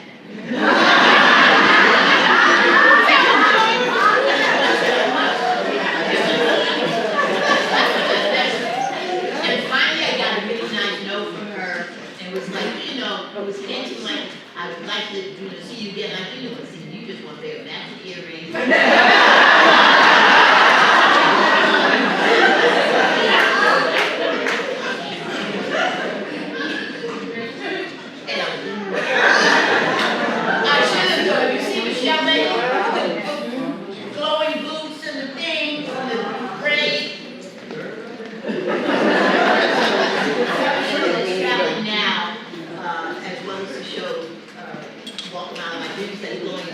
Seattle called Messages. This is one of the new pieces that I did, and I worked on the show all of the whole days. I felt like I had to go in sometimes because I worked so much. This catalog should be on sale at the museum, Baltimore Museum. I was not, thank you, I was not satisfied with doing small pieces of work. So I started doing large wall hangings. These are still small seed beads. This is a wall hanging about Harriet Tubman. Now, I'm basically in love with Harriet Tubman. And you see the picture on the outside of the building?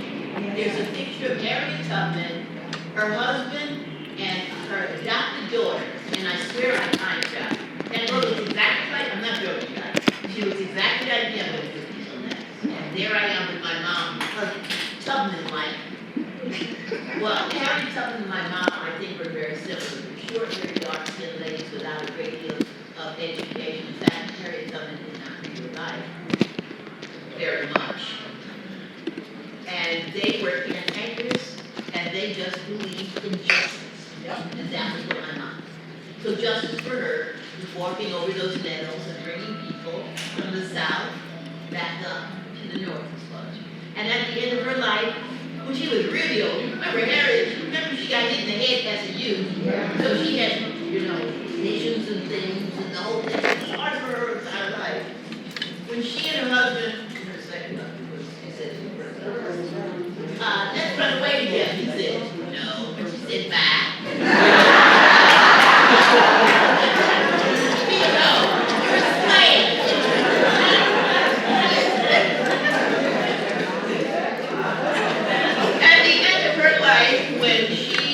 Sit around and be Harriet Tubman and get letters from Frederick Douglass and everything else. She opened her own, so that people could come who had no other place to live and live with her and her husband to the end of their life.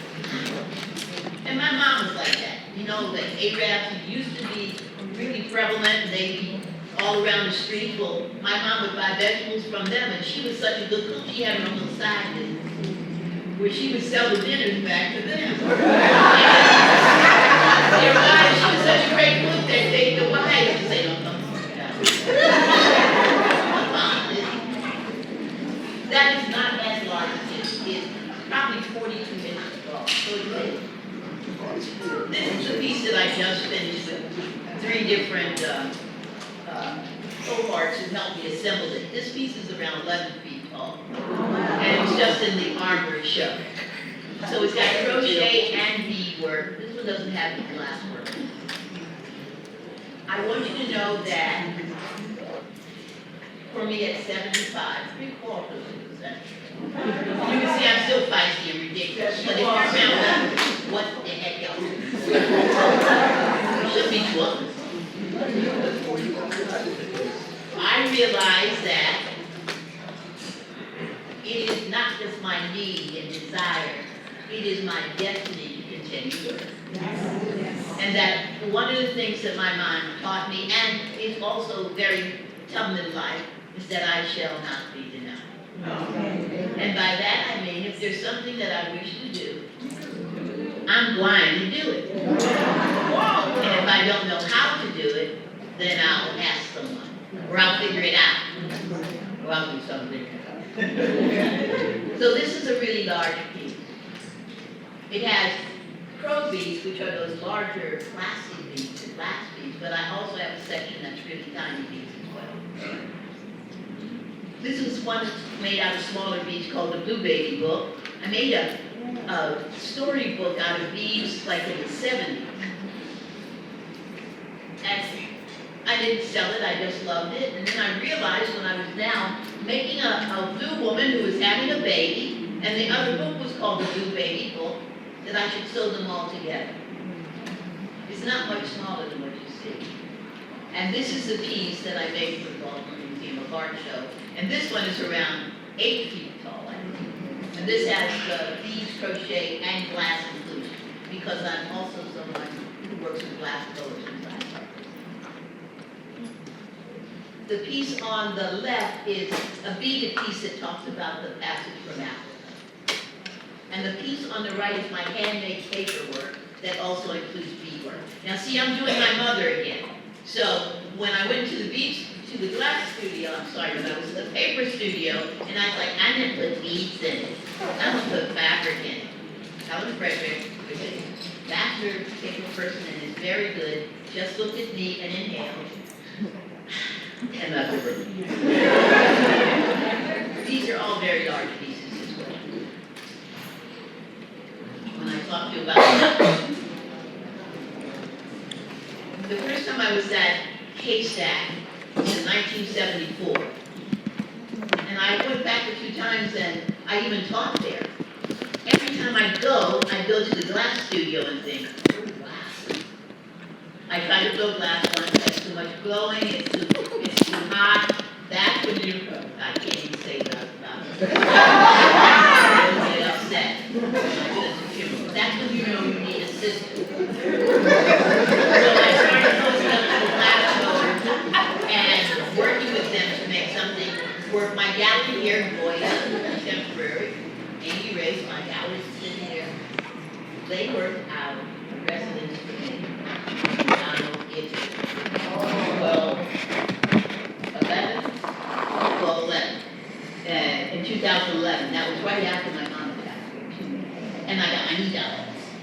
I can't even tell you what it was like to go to the island, walk around dressed fabulously, and go into the studio, the workspace, where the gappers, the glass guys, are traditional Israelis.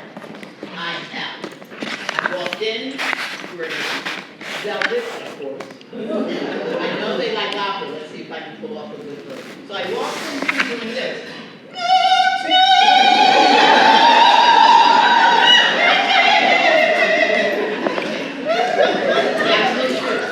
And they like this.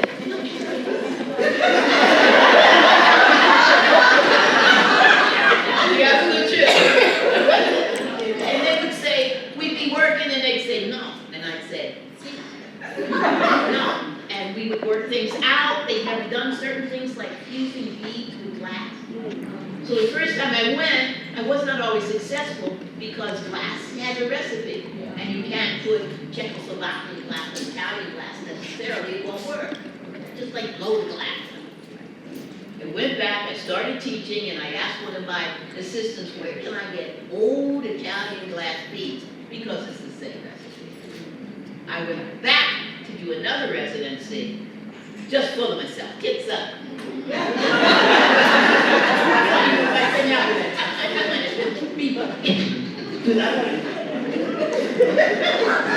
time I made all of these pieces out of Italian beads, and they fused properly. So you see I did a series on Buddhas. The face on that Buddha is my beadwork that's been fused, and by that I mean we mixed it with the glass, and it didn't pop off the surface. It fused and melted in. So I had my actual beadwork attached. I also had a flame worker. The people, remember those little dinosaurs and things you could get at the fair that somebody would be doing? Well, I learned how to do that, and I also had someone make those black arms for me because I wanted to make a figure on fire. So they also said to me, why are you making a Buddha? And of course, because I'm from Baltimore, the first thing you want to say is, why do you think I make a, what do you say, I can't make a Buddha?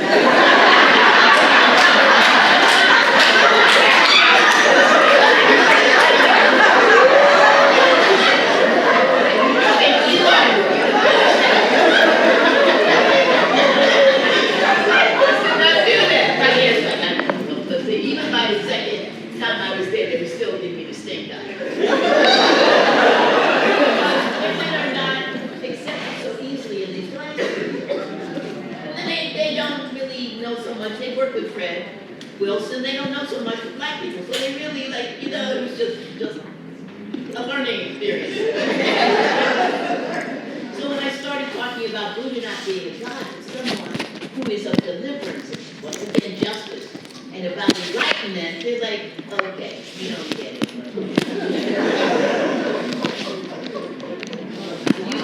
I used to do residencies. I used to teach at King-Hammond, which is in North Carolina. My father lived in Durham, North Carolina. So sometimes a very close friend who's not here today, Elizabeth Devane, one of the girls of Baltimore, she, my mother, and I would go to North Carolina. It's near Asheville. So we go stop to see my father. My father would tell the worst possible jokes ever. Yeah, you know that black people are black. Thanks, Dad. And then we'd go over the mountains, and once we were going over, and we stopped at one of those resale stores, and I found this liquor bottle, which is a duck. And I understand what having a shot of liquor meant. Sometimes people would actually put liquor in the drinks, but they would do that. And this piece is about the violence in a community, young boys who are fighting, who are shooting themselves, or being shot by others. And inside of that glass are bullets, but they're the casing of bullets. Also, Lisa, the person I'm telling you about, who I love deeply, did a whole piece on bullets, and they were live rounds, and they said, you can't put this in there. So you need to just use the shell.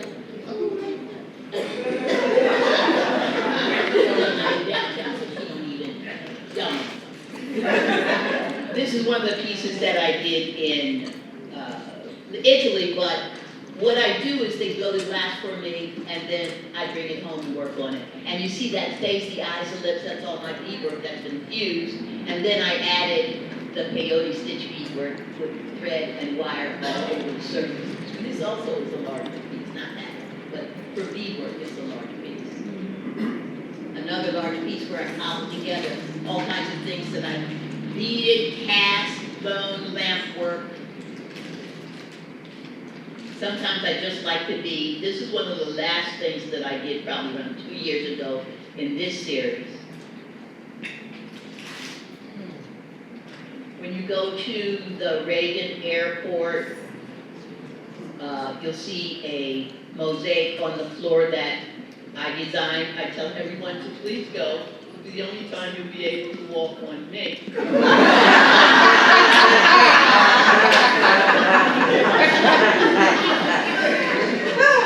But I get pissed because, you know, I can walk, folks. I walk for really long stretches.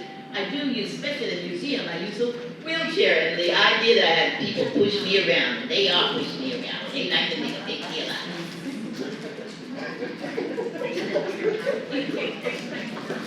I think 5 to 7 years ago, I did a one-person show at Ground for Sculpture near Princeton, and I did a giant, this is a 15-foot carousel.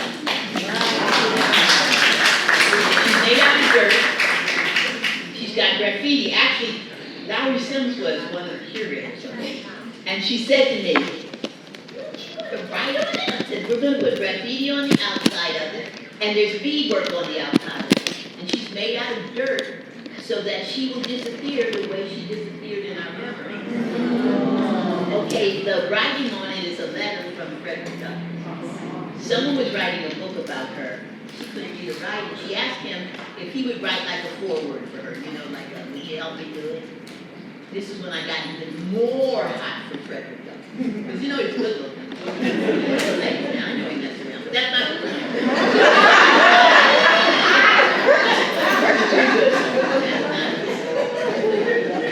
Yeah, but if I just said it, now everybody could give me an always. Frederick Douglass wrote her a note saying, a lot of things, but in it he said, write for you. Don't just write about it, you do it. Of course so. Oh my God, it made me feel so good. And what happened is, like, when it would rain or when it would snow or something in the winter, as it was falling apart, the beadwork would fall off her, like our memories, and the words would disappear. I had a dirtologist, that's what I call him, the guy who did the right, you know, recipe for the dirt. He made it so good it wouldn't go away. Like our memories.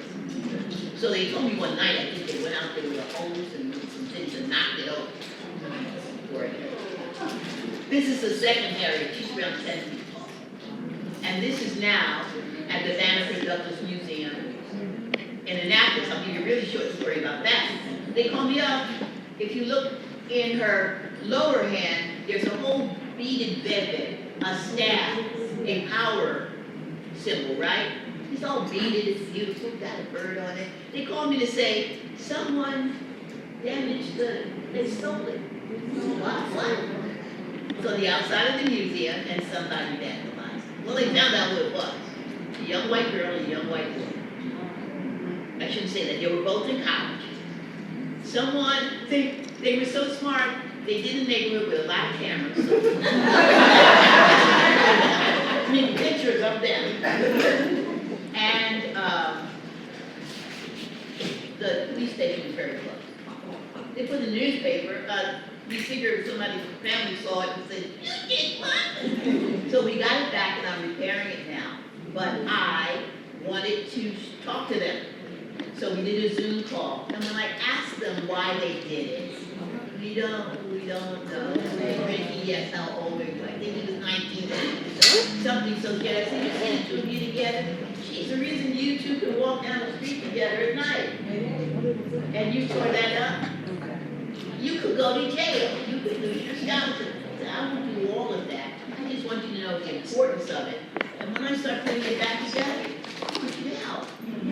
Okay, so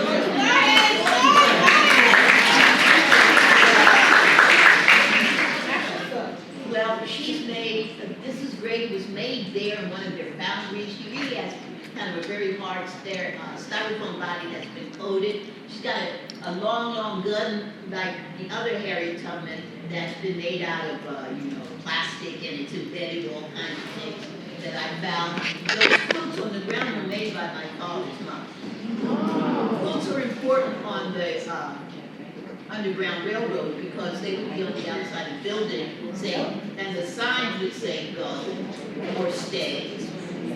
Color coded. You know, my mother did a quilt that was about an escape route, and it's a topographical view of the rows of cotton. But those rows of cotton and the colors showed which rows you could take to get off, right?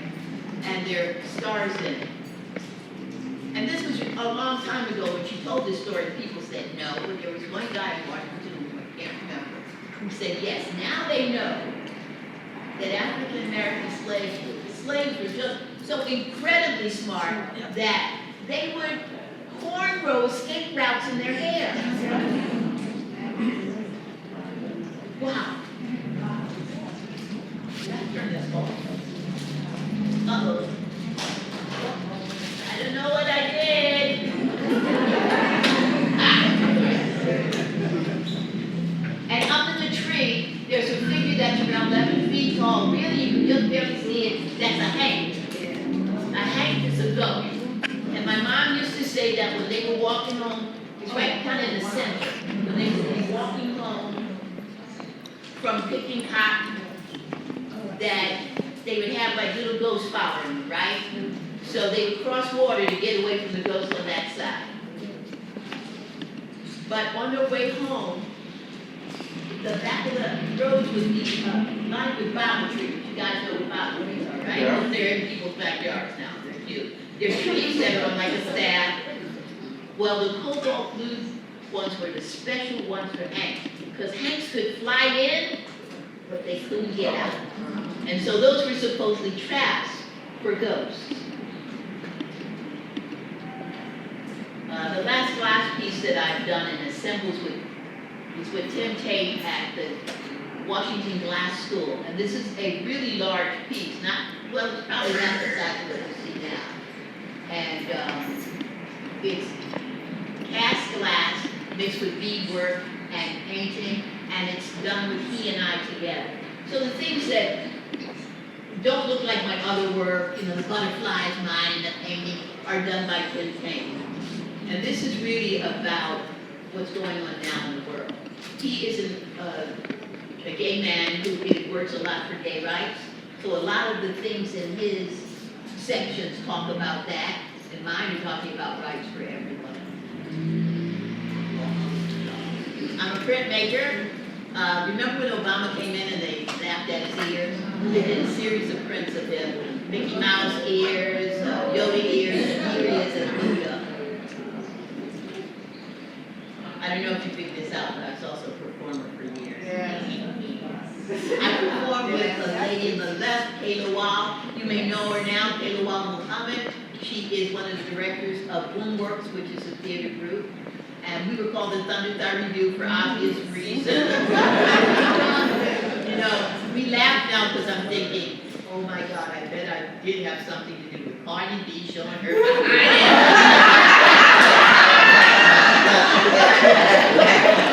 Think of ladies to the stallion.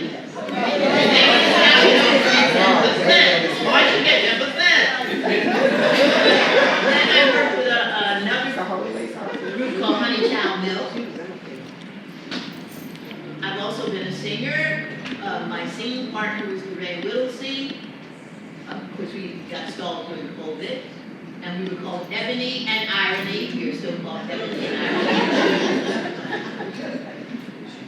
I worked with a guy named Shody K. A lot of you know Shody K. He's a breath artist. He's called beatbox, but now it's called breath. And I sometimes go to the little clubs and work with, contemporary artists, do music with them. And Shody K and I, and this is Jasmine, we work with a group called what, Amy? Alash. Alash is a group of Russian Asians who do throat singing. They do that.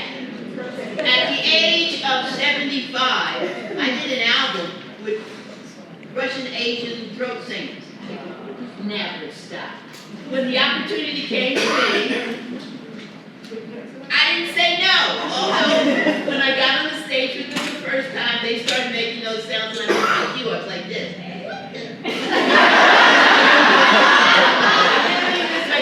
Joyce started singing. I'm like, I'm sorry, good thing. And Shody and I have done breath work together. In fact, the first time I performed was right here with Shody K. It was an exhibition in there. I saw this piece, I think it was by Daniel Moja, and I just started singing to it. And he came over, I never met him, and he started doing the truth. And then there's my mom. My mother progressed with dementia for 14 years, right after her retrospective with children. Here we are in the living room, and our house is very festive. The bathrooms are mosaic, the windows, everything, and that's because she would come in and do this. Woo! And I knew I was doing the right thing. So I'm going to end like this. My mom said to me, don't ever hide your light under a bushel. Now that's an old saying. Yeah.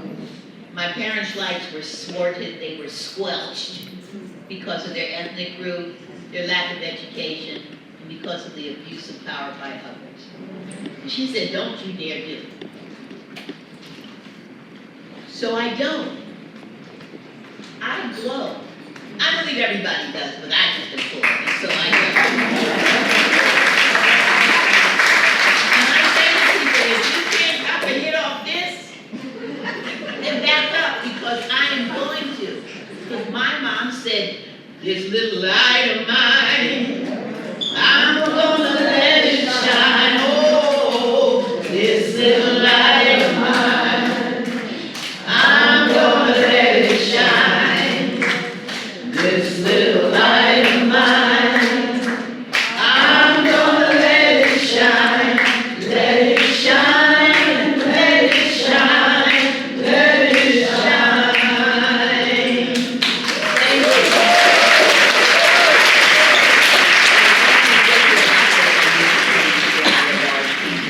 you. Those very large pieces I usually, in the solitude of my own home, because I like to work by myself, I just make them. And then I put them in the studio, and after I have a series of them, then my assistant colleagues come in and they help me assemble them. And we assemble them with crochet, with more beadwork, just whatever happens, happens. But remember, I have 3 people working with me, so that could really be those 3 groups. I know artists like inspiration from everywhere. Can't hear you. I know fashion artists, I know inspiration comes from everywhere. How do you know whether, you know, it's going to be your next step? I honestly don't, the question is, how do I know what the next piece is?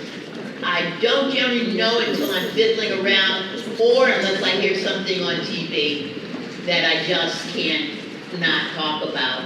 I am thinking about doing something really on buttocks, and I really want to do it because that's all you see on Instagram, and that's all you see. Now, why, it's funny, right? Except many of those women are African American women, and I wonder if they understand the gaze about who's actually looking at their butt and what they're actually feeling when they see it. And is that not just another kind of sexual objectification?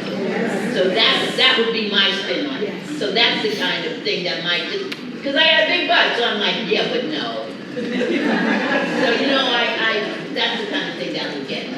And I also am just, I luxuriate in beauty, so I just like the deep work sometimes to make things that I think are beautiful. Any other questions? Any other questions? Yes, ma'am. You talk about, you mentioned you represented yourself, primarily to start. Can you talk about that, like your early years, how you sort of put yourself out into the world? She asked, can I talk about my early years and how I put myself in that world, which was, you know, could sound like prostitution, but I didn't do that. I didn't girl. Okay, it was, I always have been self-employed. I would do a job here, a job there. Actually, that's not true. I had one job as a drug counselor. And I actually could have stayed, but you see the best and the worst of humans, and the worst won over. In 1974, I said to my mom, I'm gonna stop working and I'm just gonna sell artwork. Now, I've been making jewelry since high school and sandals and stuff and selling it, and I just knew that I could do it. So I was doing performance at the time and doing artwork at the time, and I was always looking for representation. So I also, this is for you now, I went after any residency I could go to, or if there were group shows somewhere that looked like they were good, I would try to do it. You know, I've been to some really rotten shows, you're like, I can't believe even I'm doing this. And because I would do that, and I taught, then people would see it and I would have galleries. I've had a lot of galleries in my life. The majority of them were good. There were some that weren't when I found out that they were not good, meaning they didn't really care about me as an artist, or they just wanted the money that they could get, I would leave them. But most of the galleries that I'm not affiliated with anymore have closed because they were older when I was doing it. I always, okay, I'm gonna say it to you this way. I need nourishment, I am hungry. I'm always hungry for art, for this life. I don't know if we will be what's that called when you die and you come back again? If we come back and we're reincarnated, there's absolutely no belief that I'll come back as a human. I may come back as a squirrel or fecal matter, something weird. If this is the time that I'm a human being, then I'm going to run after it. And the fact that and it's an old canard, stand on the shoulders of those who were in chapel, oh hell no, I'm going. So if there was a residency, I was trying for it. If there was an art show, I was there. If there was some place that I could learn more, if I could hang around with them and listen to what they said, even though half the time I'd say, what is that? There are 18 syllables in that word. Then look that up. If I could be in that place where I could become that human that I want to be, then that's what I did. It's harder now. It cost me $1,400 a year to go to my and I was on a student work thing. It's $14,000 now. No, it's more like 26. It's 20. So I know that is more difficult for others, but it's your life, you have to run after it. You're the only one responsible for it. This lady's been waiting for a while. I've noticed that you have a lot of skeletons in your work. Is there some symbolism that you have and why you use them? She asked, why do I have so many skeletons in my work? Am I crazy? And no, I was raised in an apostolic Pentecostal church. When I became obstreperous in the congregation, my godfather, who was the preacher in a tiny storefront church, would preach with me in his arms, and I did street ministry. Well, how does that answer your question? In that church, death is not the end, it's a door that opens. It's a progression. So a skeleton is not the end, or death is just a next step. When I went to graduate school in Mexico, well, skeletons are all over the place because that Day of the Dead and all of those kind of festivals exist. And so it just, it became an emblem for me. It's emblematic for me about transition, not the end. Okay, over there. Given that your work is so heavily feed and thread and I assume some wire, how heavy are your pieces and how do you manage to work with them? I know you have assistants, but I'm sure they're not following you around and doing them. I do all the jewelry myself. The only thing that I have assistants for are those really large pieces that need to be assembled, or like a sculpture that has to be partially produced someplace else, glass. And they're surprisingly not that heavy. Most of the time they're on a thread, and they're wearable, and for the amount of money that you pay for them, they're very wearable. And you better wear them. And there's a little bit of wire, but usually not a lot, because when you do this a lot, you have a tendency to break wire. And so, yeah. Yes. All the work you've ever done, do you have a favorite piece? No. Do I have a favorite piece? No. Okay, here in the front. Dr. Diane. You've been so generous to all of us, Oh, thank you. all of your working life, but I know that you've been mentoring artists as well. And could you talk a little bit about that and your, I guess, your artistic sons and daughters? Well, I'm doing what I consider probably be Negro mentoring. And by that, I mean I'm not in an institution doing it, and it really comes out of the background of my parents and my relatives and those people. When I would come home from school, sometimes I was a latchkey kid, so I would, if I didn't go home, there was a lady in the block in the projects, and I'd go with her, and she'd give me a snack, and then we would cover a cigar box with the funnies from the newspaper, and I would learn my colors and how to read and all that other kind of stuff. That's the kind of mentoring that I learned every day. And my family members, they taught me to quilt and all of that. So when I'm working to do these large wall pieces, we talk about art, we make my art, I help them learn more about it, and then I ask them to bring their work in. And then we look at their work and see the continuity and the synergy between the two and what could happen with their work. Because I'm not joking. I intend to die.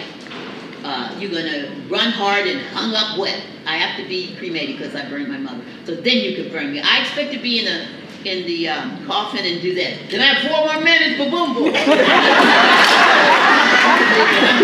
I'm very serious. So my point is that I infuse what I do, thank you, in the mentoring the same way. It is that quest, that running after it.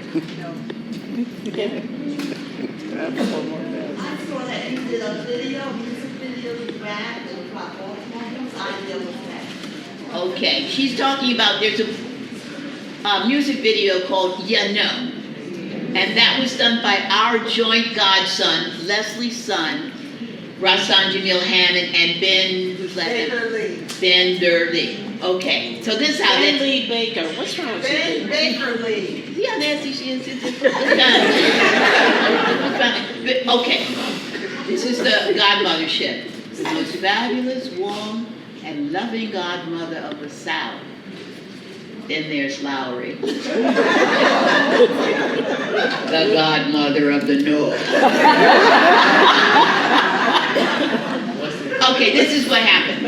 So her son, our godson, has a music business. He has a, recording, and they do all kinds of stuff. And years ago, Kayla Wall and I were playing around in the studio, just making music, right? That was 10 years ago. He found it, one of the guys who worked with him put music with it, and he and Ben said, "We think it's time for a music video." And we're like, "What?"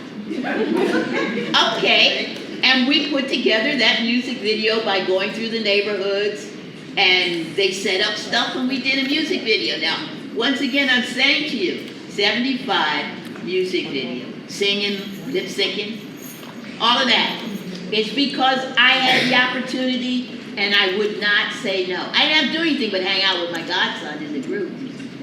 And from that, people know that they can pursue that. Okay, one more question. Yes. So related to the video, how did you get on to the plinth where Robert E. Lee used to be?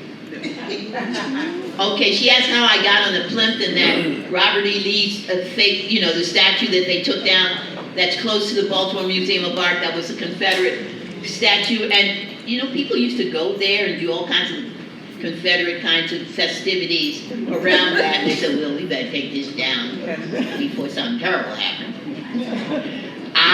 This is now, you see these people, they won't leave me alone. This is a Leslie King-Hammond thing. I said to them, I'm not going up there. And Leslie said something like, "Why don't you green screen it? Why don't you blue screen it?"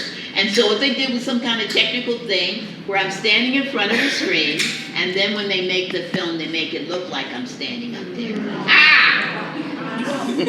I have a suggestion for what should go on that plinth.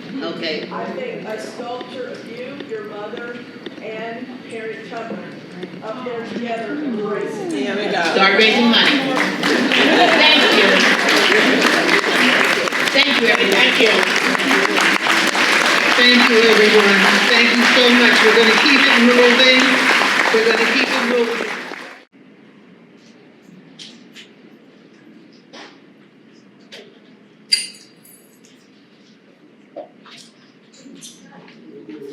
More quilt pieces. So the quilt pieces are starting to get much larger, much more ambitious. So I'm starting to stack quilts together to make mural size works.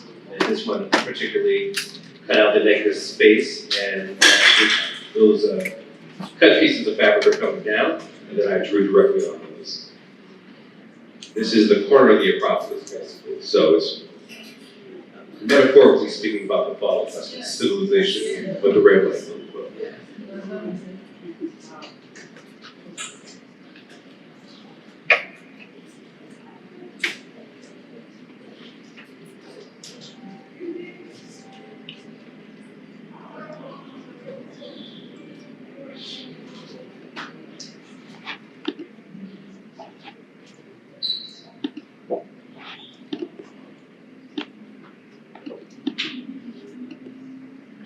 So this was maybe the longest or the largest mural I've built so far. This one's called Slow Murder.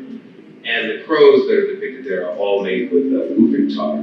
So when you see them in person, you actually sort of smell a little bit of the fumes, and you see my hand, my fingers do all the drawing, so there's a lot of paperwork in there, which you can't see the slide.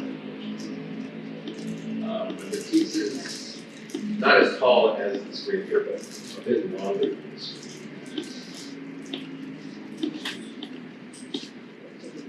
And these recent quilts become a lot more painterly. I guess finally that in my face coming back on.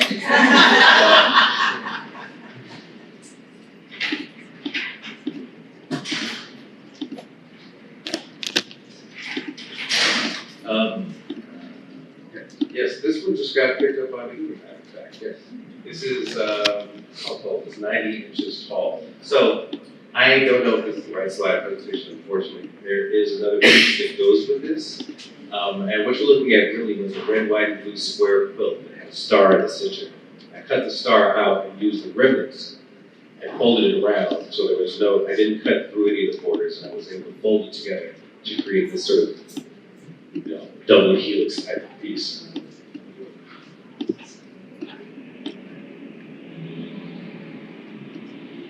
And now you're starting to see more of the sculptural fiberworks.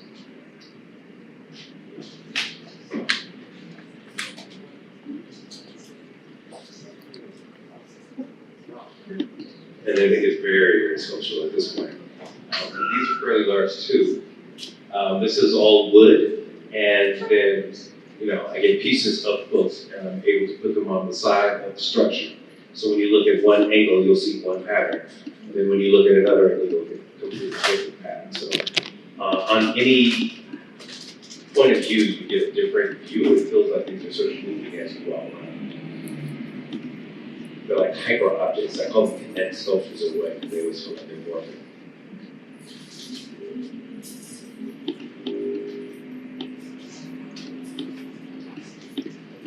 And you can see the effect right there. If you look on the left, you get that view. And then on the right, you get a totally different set of pattern.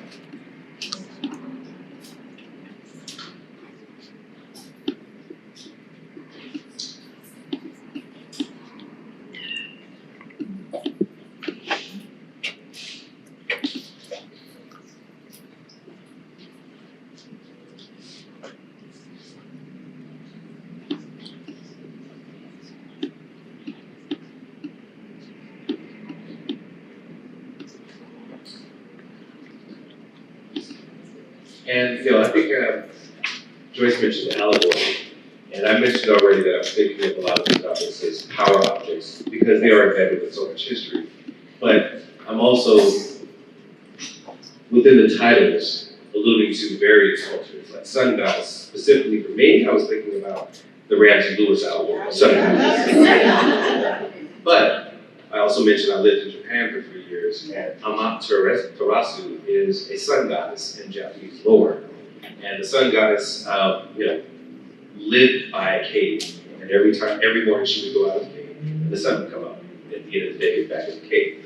Until there was a young princess who was born who was apparently more fair, more beautiful than the sun goddess. So she hid in the cave, and there was no light for years. Everyone lived in darkness until a crow figured out a way to trick the goddess to come back out.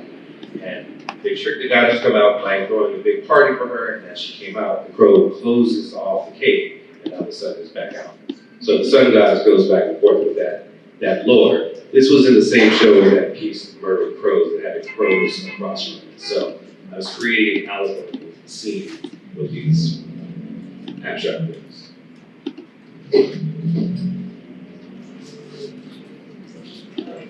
So that's obviously a nod to Piet Mondrian and Broadway boogie.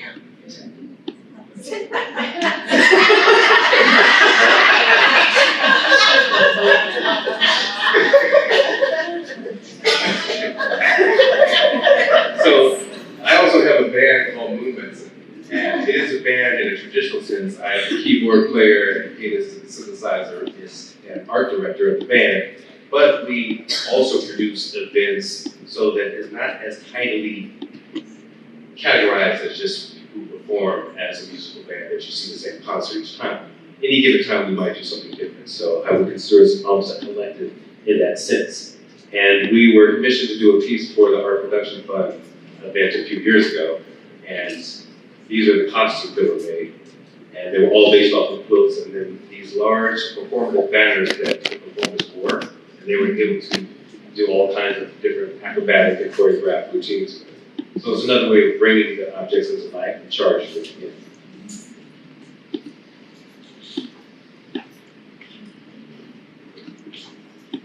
And I showed you those earlier sequin works that were on the wall. And I later figured out a way to develop a system to create outdoor works with a similar logic, but instead of using fabric for these the sequin effect, I'm using steel discs that are reflective and then black ones as well. So if you get close to this, you'll see these tiny, probably nickel-sized discs that create that. And when the wind blows, they rattle and they shimmer. So much like the bottle tree, it's another way of warding off or trapping hates as they come closer to get trapped.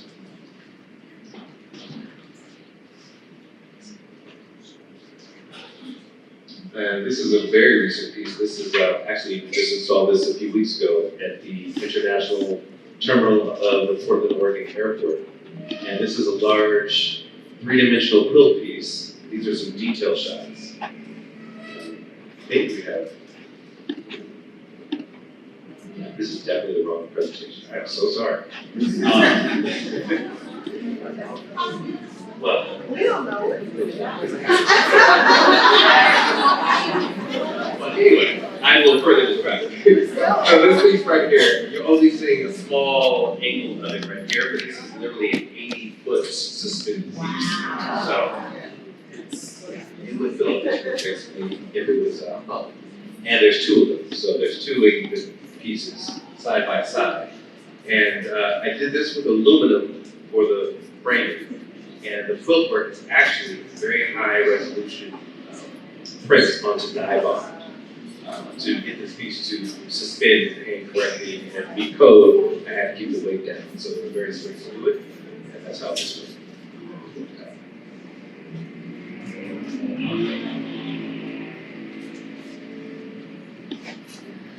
And this was also installed earlier, towards the end of last year. This is one of the three-dimensional quilts as well. And this particular one is done with hand-painted tile. So anything I do in the studio on a smaller scale, I really try to find ways to translate that for potential outdoor and large-scale projects.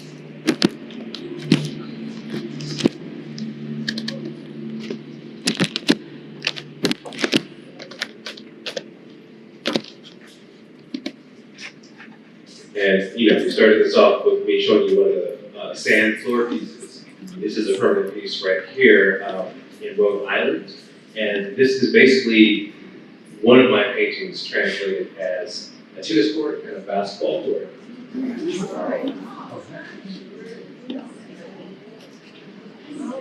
Yeah, you can see the grids.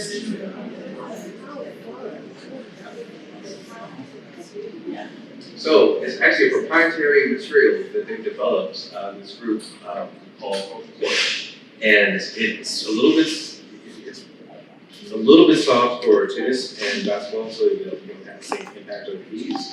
But there's paint already mixed into the material itself, so this does not have to be touched for another 10 to 15 years. It's pretty good. So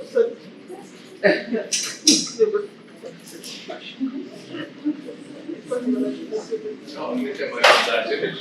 So, and there are no apologies. Right. But if you have a chance, please feel free to go online and just look me up and look up the Oracle or sculptures, and you'll see some other very large, the marble and rocks, but also have color aspects and fiber aspects with them.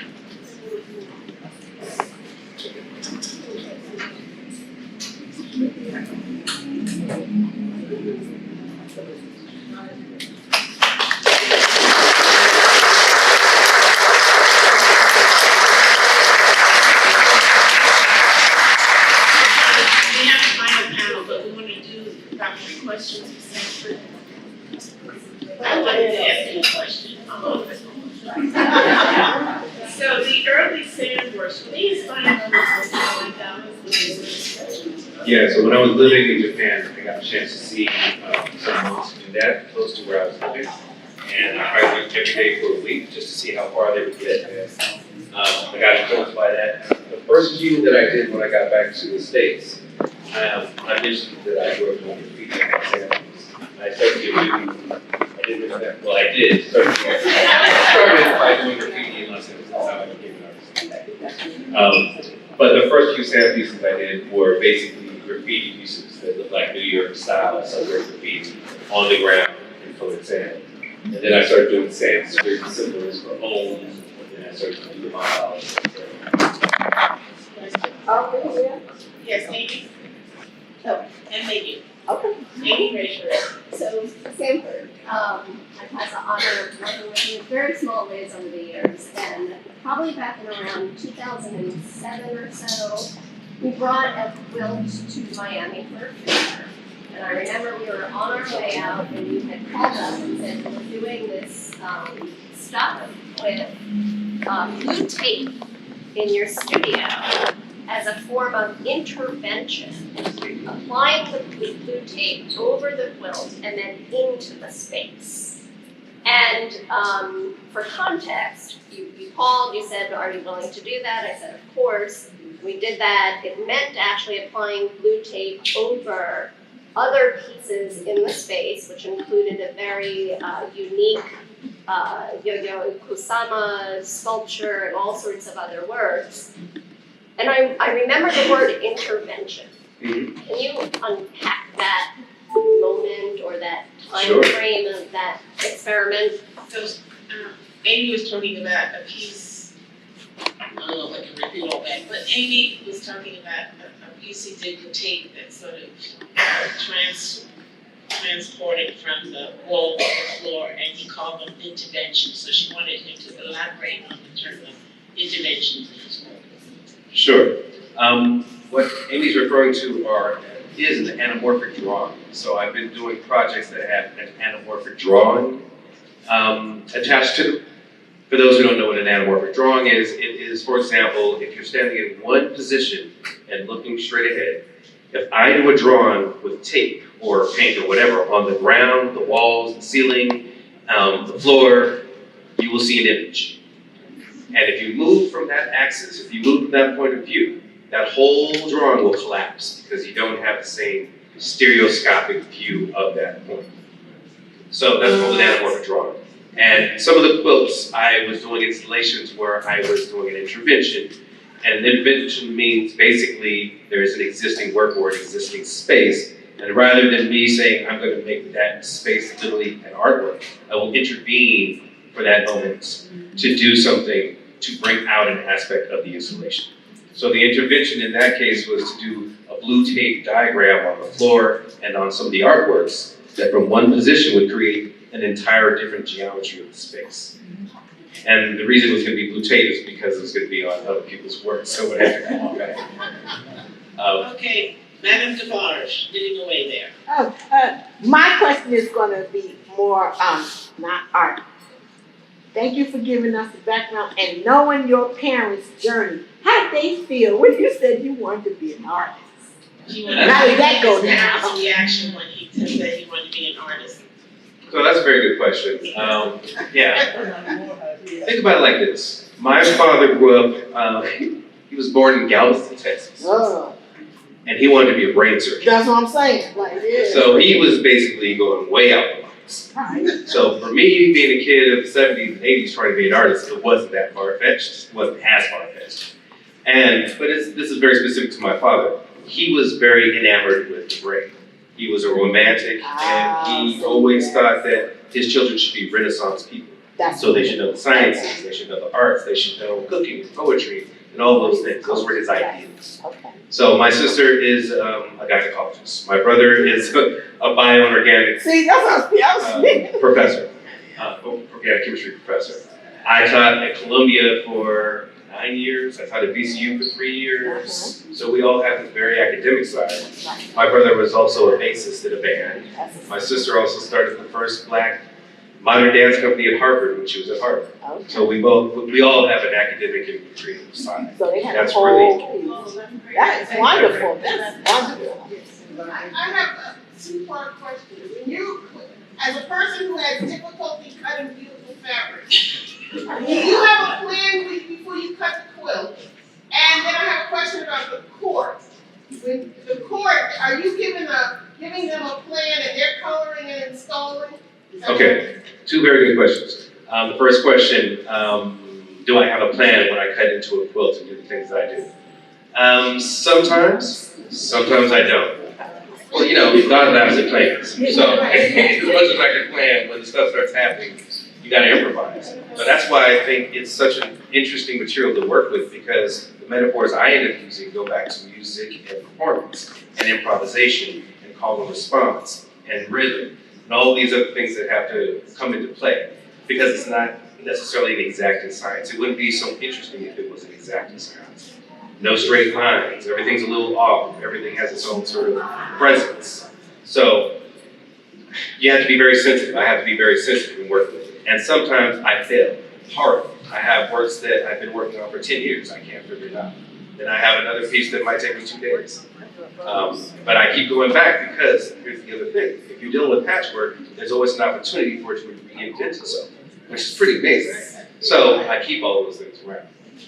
The second question was how did the color work for the court piece, the tennis court and basketball court. So I had high resolution images of 2 paintings that I already did. And I rearranged them in the computer and sent that as a plan to the artists who did it. And they mixed all the colors and did all the matching. They are a group of artists that do it. So it's not like just farming it out to someone who doesn't have that sensibility. So we do a lot of tests, there were a lot of visits, there was a lot of me confirming and proofing different color selections and so on. So it was a back and forth like that. Okay, first, this lady over here, and then this lady. Hi. The Sanskrit totally threw me off. So, where did you learn how to do that? Oh, the sand work? The sand work, yes. I figured it out. So I hung out with these Buddhist monks in Japan when I lived there, and I saw them using these, they're Tibetan monks, they use these conical devices that have these ridges on it. They're different size holes, and they put the colored material in there and they sort of sift like that. I didn't have one. So I started using basically cups, like solo cups that you get at the party. I started using solo cups and going into that. Because you use palette knives as well and started figuring out a way that I could tap and control and my lines and get details. And then sometimes for small areas, just directly out of my hand and just sifting like that. One more question. Yeah, I really enjoyed your presentation and learning about on and off. Did any of your work become inspired with origami when you were in Japan? Yes, it sort of filtered its way in. I didn't think about it initially, but then when I started wanting to do forms with the quilts, I had to think about what are easy units that I can reproduce. So squares, triangles, circles are less easy. But yeah, so then origami came back in because they figured out a lot of ways to make a unit that can fold and make different shapes. So yes, it did come back in sort of on the back end. I didn't think about it initially. Thank you.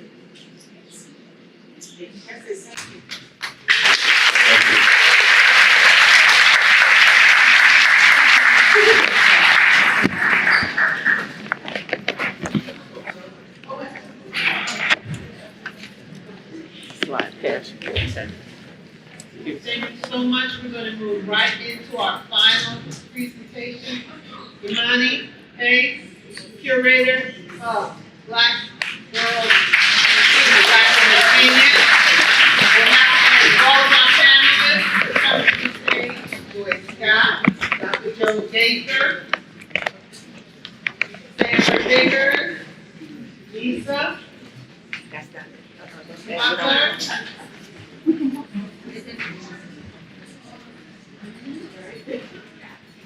Jury,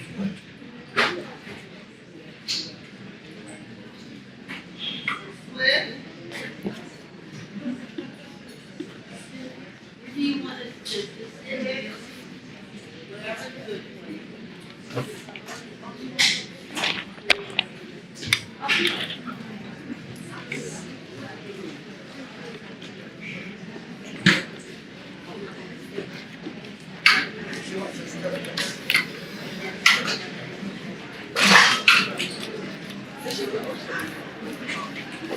Hello, everyone. Hello and welcome to our closing event for today. I don't know about you all, but I am in shock. I am in awe, and I am a fan of everyone on this stage, and I just want to give a round of applause one more time.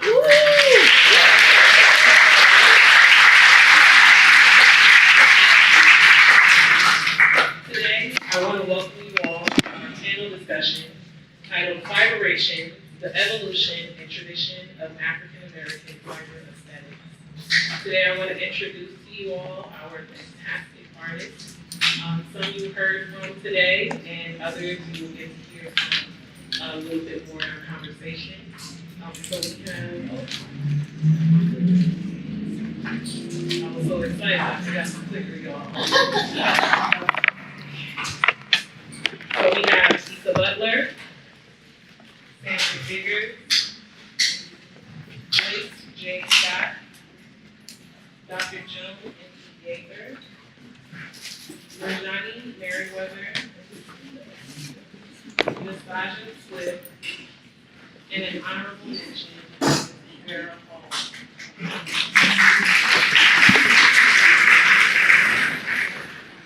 Much like Black Women Genius, their work transforms the traditional textiles into powerful stories about identity, culture, and resilience.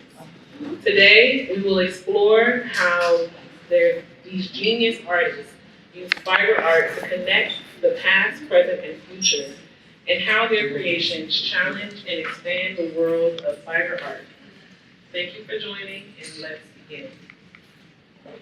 So our first question, I would like to direct this to Dr. Joyce, and then everyone else can fall in. So our first question is, what role does heritage or personal history play in shaping the themes you explore in your work?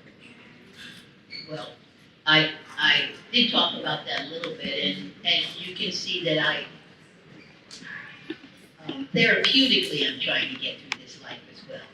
So the things that I do in the way I employ images and techniques from the family and talk about slavery and so all of that stuff, those are ways that inform me about my inner self and how to be a real person. I also believe that I'm an example. I mean, you know, I like to cuss a lot, so I love not to be such an example, and I understand. But you are that. This guy is talking about his father being a prankster. This is not expected of us. So any opportunity that one has to show the brilliance and just the unlimited joy that it is being an African American woman who's also an artist, I'm down. All right, anyone else would like to share how does heritage and personal history play a role in their work? Say a little on that, although my heritage is at the same time African and African American. So the materials are, you know, if I'm actually combining African print and kente cloth and mud cloth and then lace and silk and linen, those are fabrics that are made in different parts of the world. But also just our heritage as women creators. I feel like being a quilter or weavers, bead makers, felters, we're tapping into that lineage of human creation. When human beings started making things to cover themselves, or to make shelter, or to keep their children warm. And I feel like that's why it appealed to me so much. Well, it could be my ancestral lineage, but also the essence of being a human being and why we make things. That I feel like I'm tapping into this lineage of my mother's mother's mother's mother, like going all the way back to the first mother.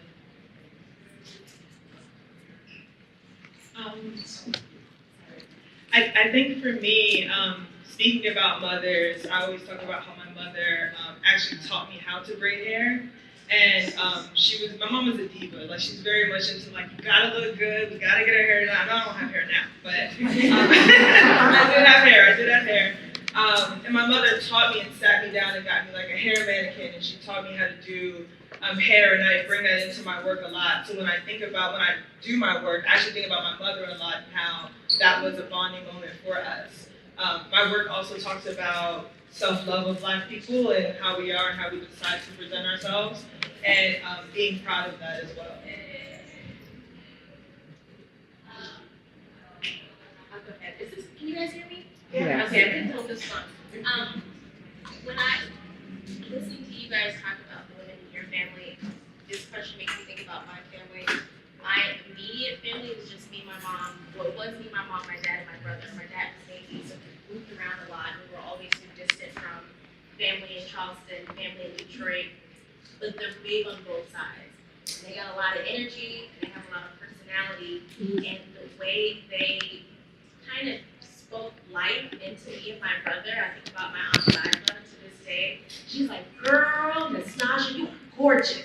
Like, every sentence is that. And like, to grow up as a little girl with that kind of confidence and that kind of energy around the people that are related to me, that I call family and I consider home, I look at my work and I think about my work as wanting to kind of channel that energy and create moments and stories that speak to that confidence, speak to that lineage, speak to that energy, and hopefully speak to other people and remind them of their homes and their memories, and what their ensembles look like or sounds like, and make them feel, whether it's the Delta girl with her pink torso and braids, like how does she make you feel? What does she make you think about? How does she make you channel your own ideas or memories of girlhood and childhood?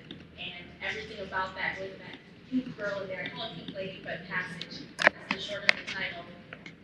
I loved pink as a little girl, and it always made me feel very fabulous. It made me feel like the gorgeous girl my aunt was so life into, and wanting her to like encapsulate. Ooh, that's hey y'all. I heard myself get louder. Wanting the work to encapsulate that energy, and those memories, and be a reflection of my life and my family and my heritage, but hopefully those that get to see the work also.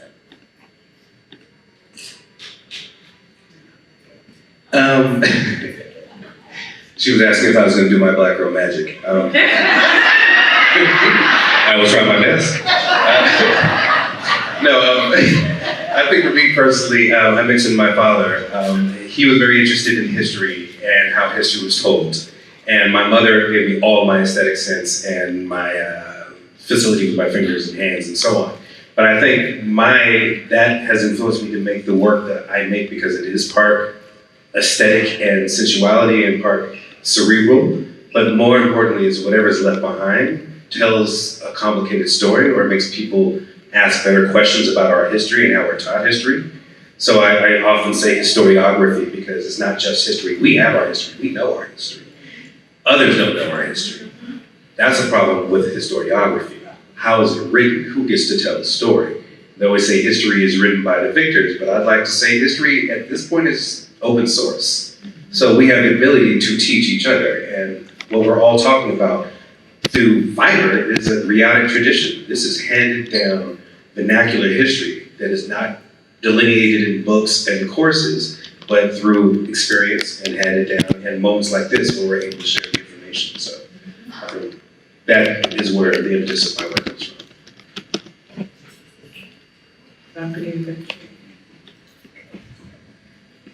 For me, I think about my work is really driven by my experiences coming up. And I always say to folks, I came up in the 50s, 60s, and with a quilt I did 7 decades of my life.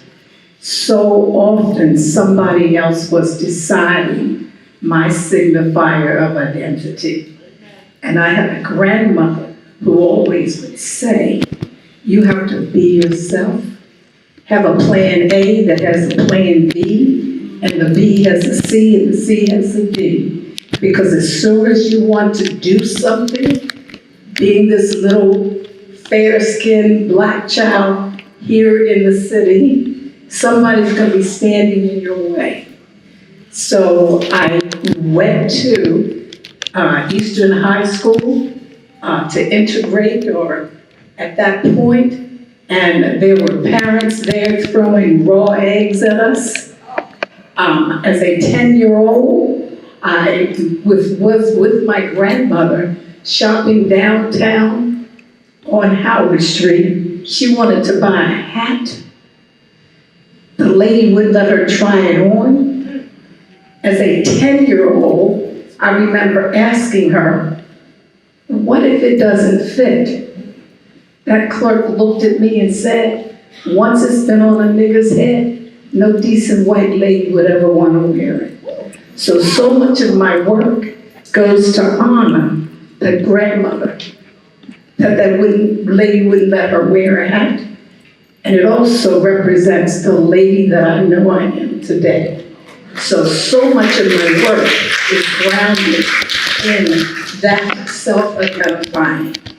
You know, my mama was colored with no birth certificate. Mine was Negro. Somewhere in the 60s, we became Black. In the 70s, we were Afro-American, lowercase hyphenated.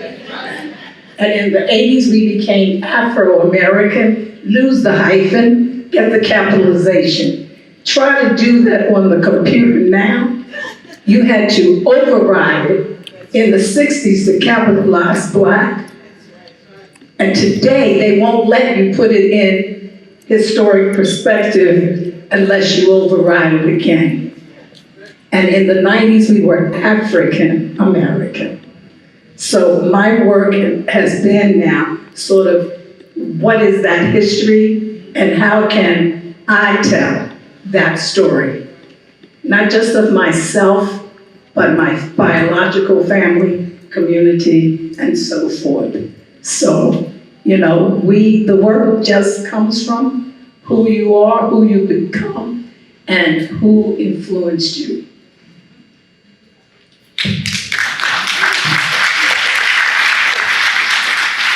I'm like, hi, my hand burning. That was amazing. So for our next question, fiber art for a very long time was often seen as a craft. So my question to you all is, how do you navigate or challenge that perception in your work? I'll start. I think that when I look at the stage that I'm sitting on and the people that I get to be considered a peer alongside, the history and the culture that's like rooted in craft, it almost feels like a disrespect to that history and that culture and to these artists and to this room to try to distance my work from craft. When I talk about myself as an artist, I call myself many things, but often it's a sculptural fiber artist. And it's because the work, obviously, in dimension is sculptural, but it's fiber and it's craft and it's a part of that lineage. And instead of trying to force myself or my work to kind of be on a one-way road, why can't I exist at the crossroad or the intersection and invite all these conversations and the depth of both sides of whether that's fine art, fiber, craft. There's so much conversation and context and layers there. I want to embrace it and allow the work to be viewed from all those angles and to be in the center of that intersection, whether you're coming from east, west, south, or north, and explore the work from all those angles. I just think that you can't do it, that's why you're mad, and you keep trying to denigrate it.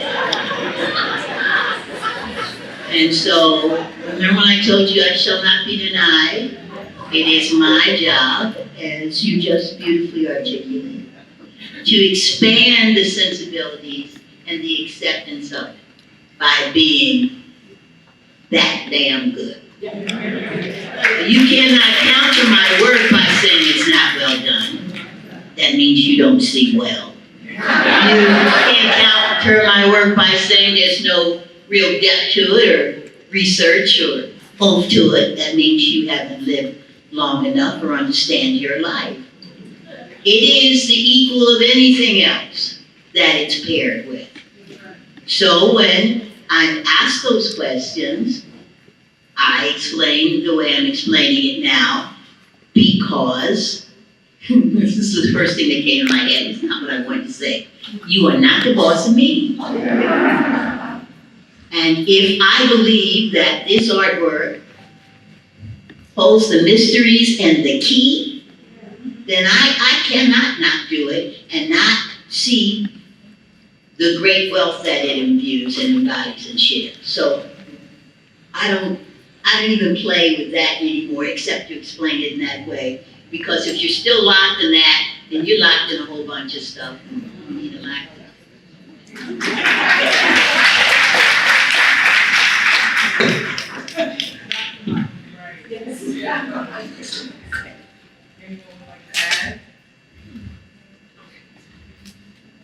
And I agree, first of all, Nastasia and Dr. Joyce. I feel like at the essentially of it, right, we're artists. And artists, you can give them anything. I've seen artists make artwork with smoke, bottle caps. Look at the beautiful works that Sanford Biggers. Like, so I don't know, I didn't come into this thinking or even understanding that there was a line between craft and fine art. When I was in school at Howard, one of my professors, Dr. Winnie Owens-Hart, was traveling in Africa and she was showing us basket weaving, but she never, she didn't put that on us that, listen, when you get out of here, there's people who are gonna pay you much less when you say that you're a craft. And they had us go look at the quilts of G's Ben when they came to, I think it was Oklahoma, Whitney in 2004.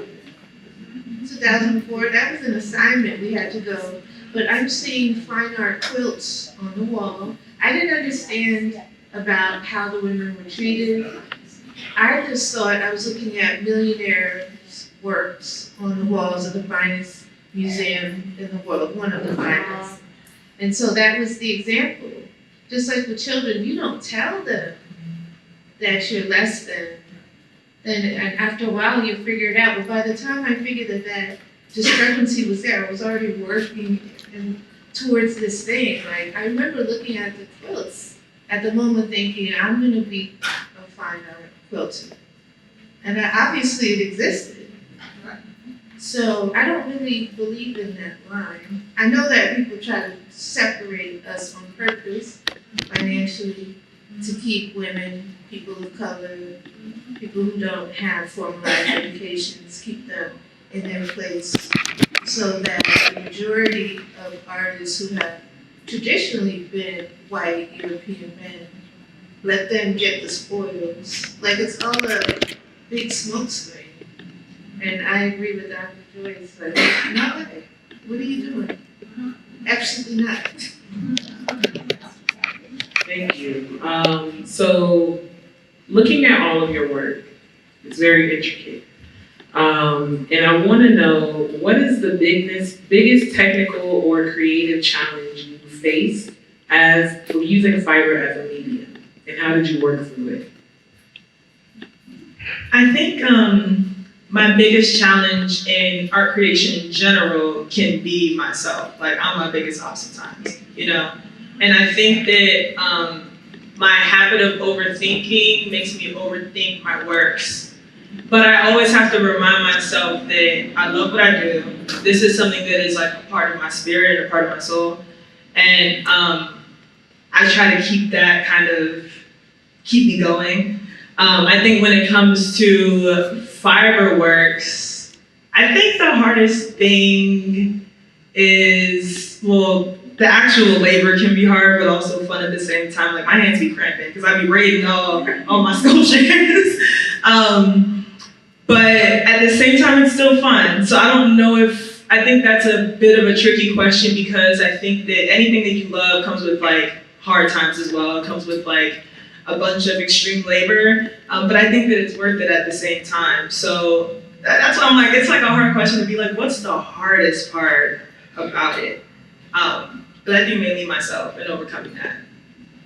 Sometimes I think with myself, as a documentary story quilter, I'm telling this story and thinking about it almost like a stage play, the setting. What's the timeline? What are the props? You know, who are the actors? All of that sort of stuff. And I get to a place in the work and I'm just like, it's not there, but I don't know what it is to make it where it is. And I have to tell you, Dr. Leslie, I was hanging in Exhibit George, and Leslie came by, and she just sort of came by my ear like this. Is that what you want to say? And after about maybe, I don't know, half hour, she came back. Well, I guess that's what you want to say. And I'm like, what? I'm finished, I'm hanging an exhibit, what's there? What have I missed, sort of thing? And it's a portrait of my early years coming up with 24 selected acts of racism against myself. The quilt is in all pins. There's not a stitch in it, but it's pinned. And what Leslie, I'm standing there looking at this piece, and what she meant for me to see was that with all the pins closed, it was all resolved. So I had to open some of those pins, and it totally changed the effect of the work, okay? And another time, I was doing the Poulsen Slaver quilt. Thought I was finished, pleased. And my friend said, Agatha, I'm not feeling this. We're working on this for 2 years, what you talking about? I'm not feeling this. So I listened to my friends and observers. Joyce down there will say, yeah, monumental works, keep doing it. But what Maria was saying to me for the Poulsen Slaver, because of the story quilt format, everything was neat, connected. It didn't show, she said, the breakup of the family. It didn't show a lot of the traumas that existed. So now as I begin to work, as I continue to work, it's, how complete is this story? I can only take it so far, but I try to leave something for folks to look at and ask the question of themselves. Okay. May I? Because in listening to this and in thinking about that, and then you guys now have been with me for an hour, so you know me. I don't have it. I don't have one. You know what it is? Because I was thinking of personal stuff. It's if I can live long enough to do it. That's it. Yes. Because guys, yes, I am not dragging a 500-pound bag of cotton to make the fabric that I'm working with. My 500-pound was a Gucci bag. That might be what I'm dragging, but I'm not dragging cotton. I'm not in a mill. I'm not taking care of people's baby. I'm not doing any of those things. I am in a blessed time in my life. So for me, can I live long enough to produce what I think I can produce? Because you all, and this world has given me the freedom to do it. Will I have the courage? That's what my thing is. Can I put myself in the right position and all of that other stuff? And just keep going for it and to actually have enough time to create. Because I got everything else. I'll just chime in real quick. It's appropriate that I'm sitting between the two of you because those are the two polarities that I deal with. Getting out of my own way, overthinking things in the studio. I mean, I've done well more than my 10,000 hours. It's muscle memory at a certain point. So those issues I have in the studio are usually self-created. So trying to get out of my own way. And then the other thing is having the time to put it all down, to put it all out there. You know, I work in many different ways and I want to keep working that way. It's just, is there enough time to do it all? Claim 107. Just claim it. I'm gonna be here till 107. All right, I'll take it. I'll take it. Your mama say you want it, put it in the air. Yeah, right. It's up.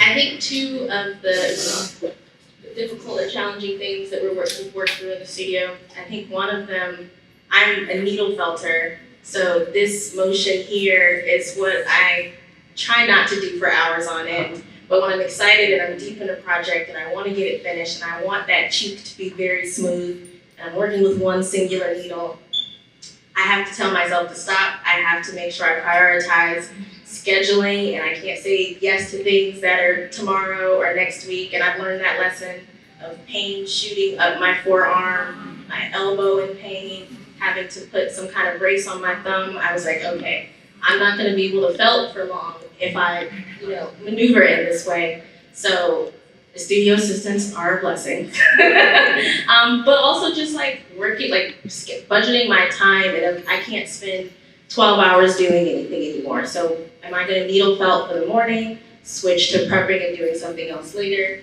I tried to kind of think about my days and my projects in that way.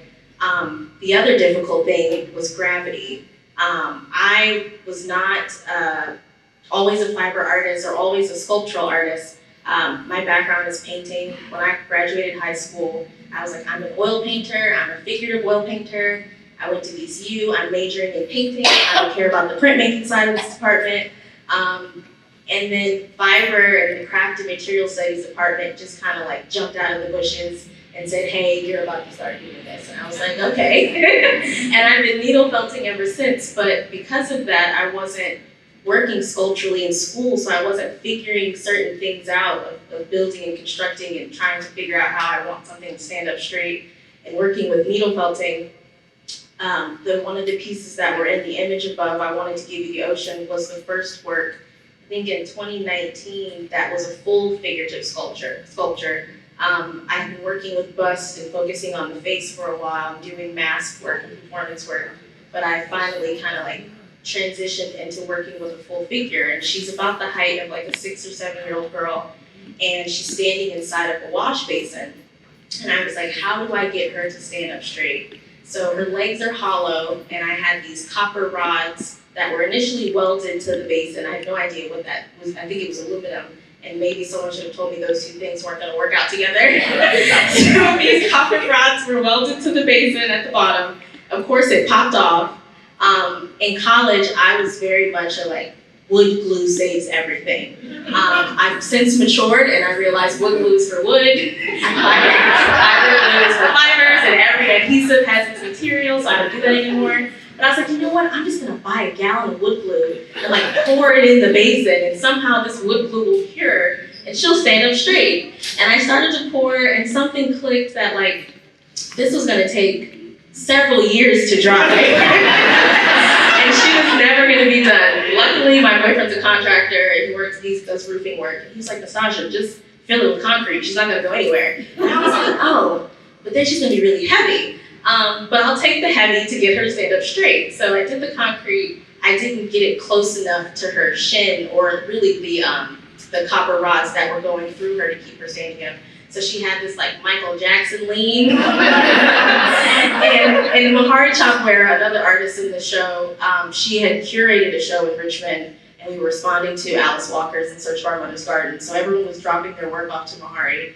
And I was like, look, she's done, but she's not standing up straight. And she was like, let's figure it out in here. And I redid the concrete work, and we had these like, some type of twine or rope, and we're like anchoring her from different sides of the room to make her stand up straight. So as the concrete gets fixed around her legs, it cures and she's straight. And to this day, she's standing up straight. They girl is over there.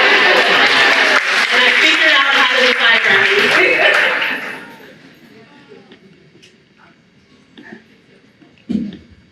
Okay, so for my last question, and then I'll open it up for our artists to ask each other a question, and then we'll open it up for our audience to ask questions.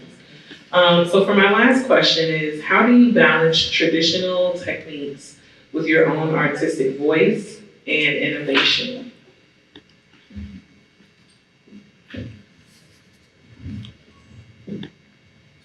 Let's see.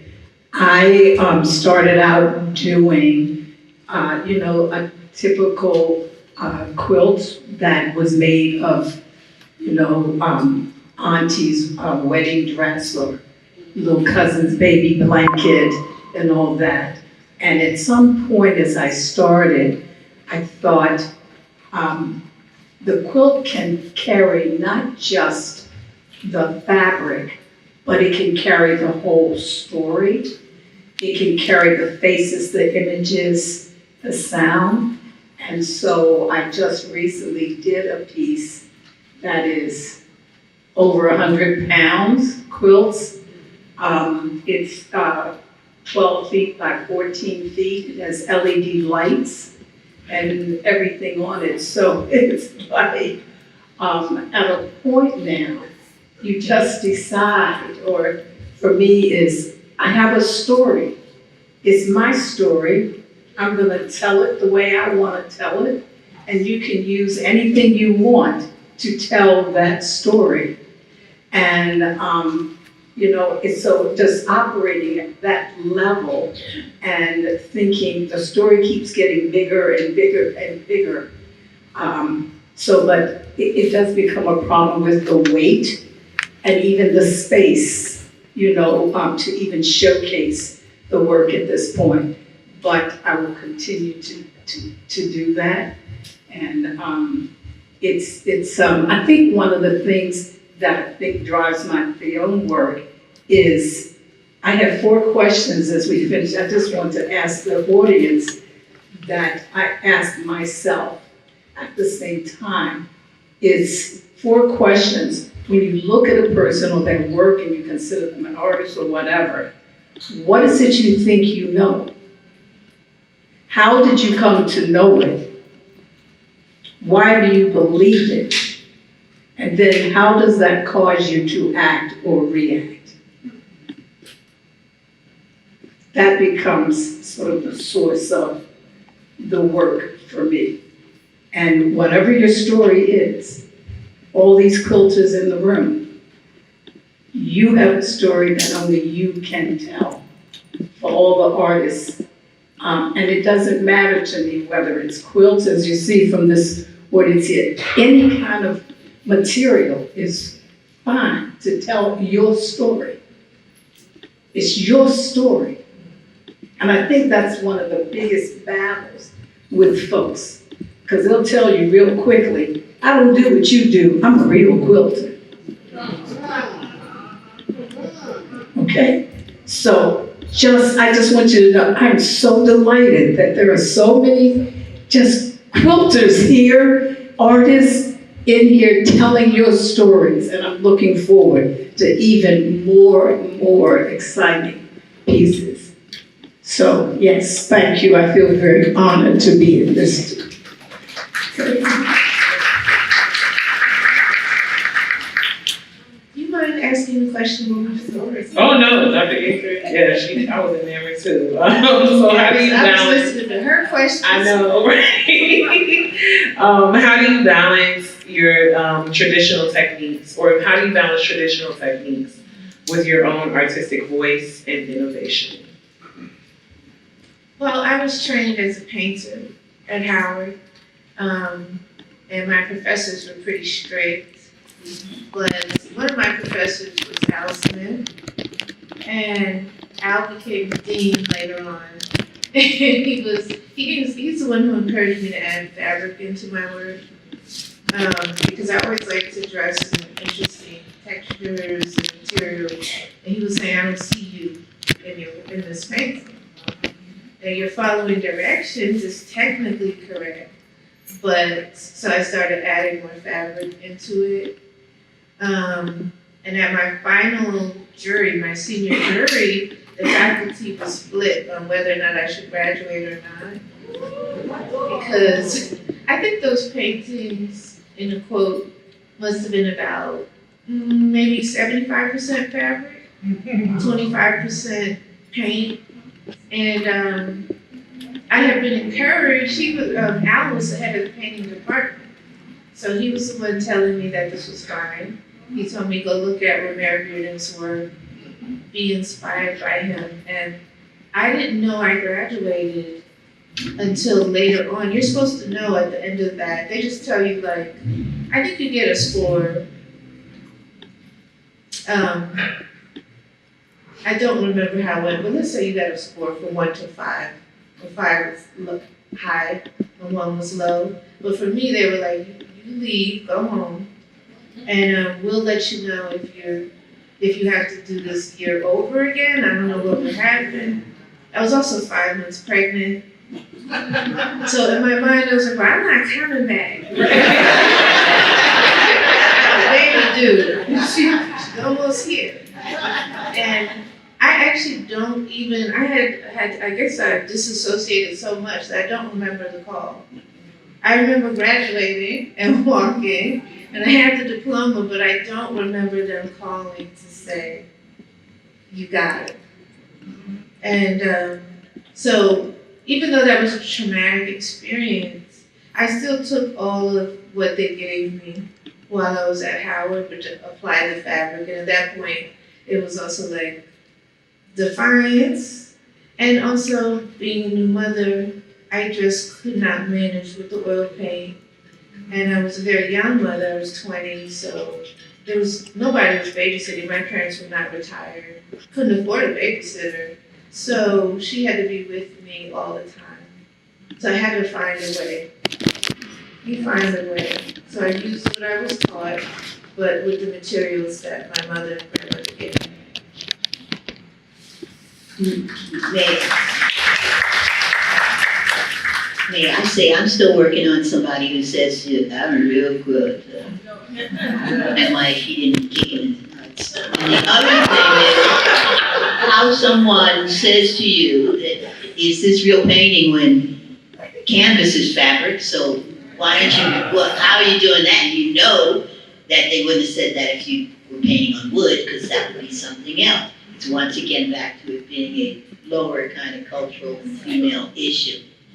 I look at it this way. I wonder, you know, what slaves, the spirits are thinking, that you should have the temerity to put glass lights in your, they must be like this.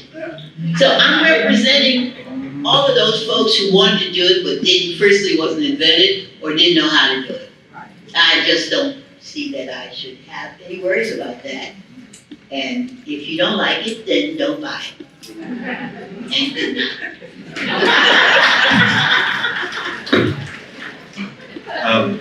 For me, I think I've been a contrarian since I was a kid. I was a tinkerer. I used to mess around with things and teach myself everything. My dad would always say, you'll never be good at anything if you don't focus on one thing. And he still may be right, but I think if you do it enough times, you can get at a few things. I won my first Grammy this year. I received an honorary doctorate from Art Institute of Chicago. And so forth. And I can't tell you how any of that all comes together. It's just, we have creative impulses, and if you put in the time and you associate yourself with other creatives and get a network, you can be boundless. You can do anything you want to do. I think everyone up here is living proof of that.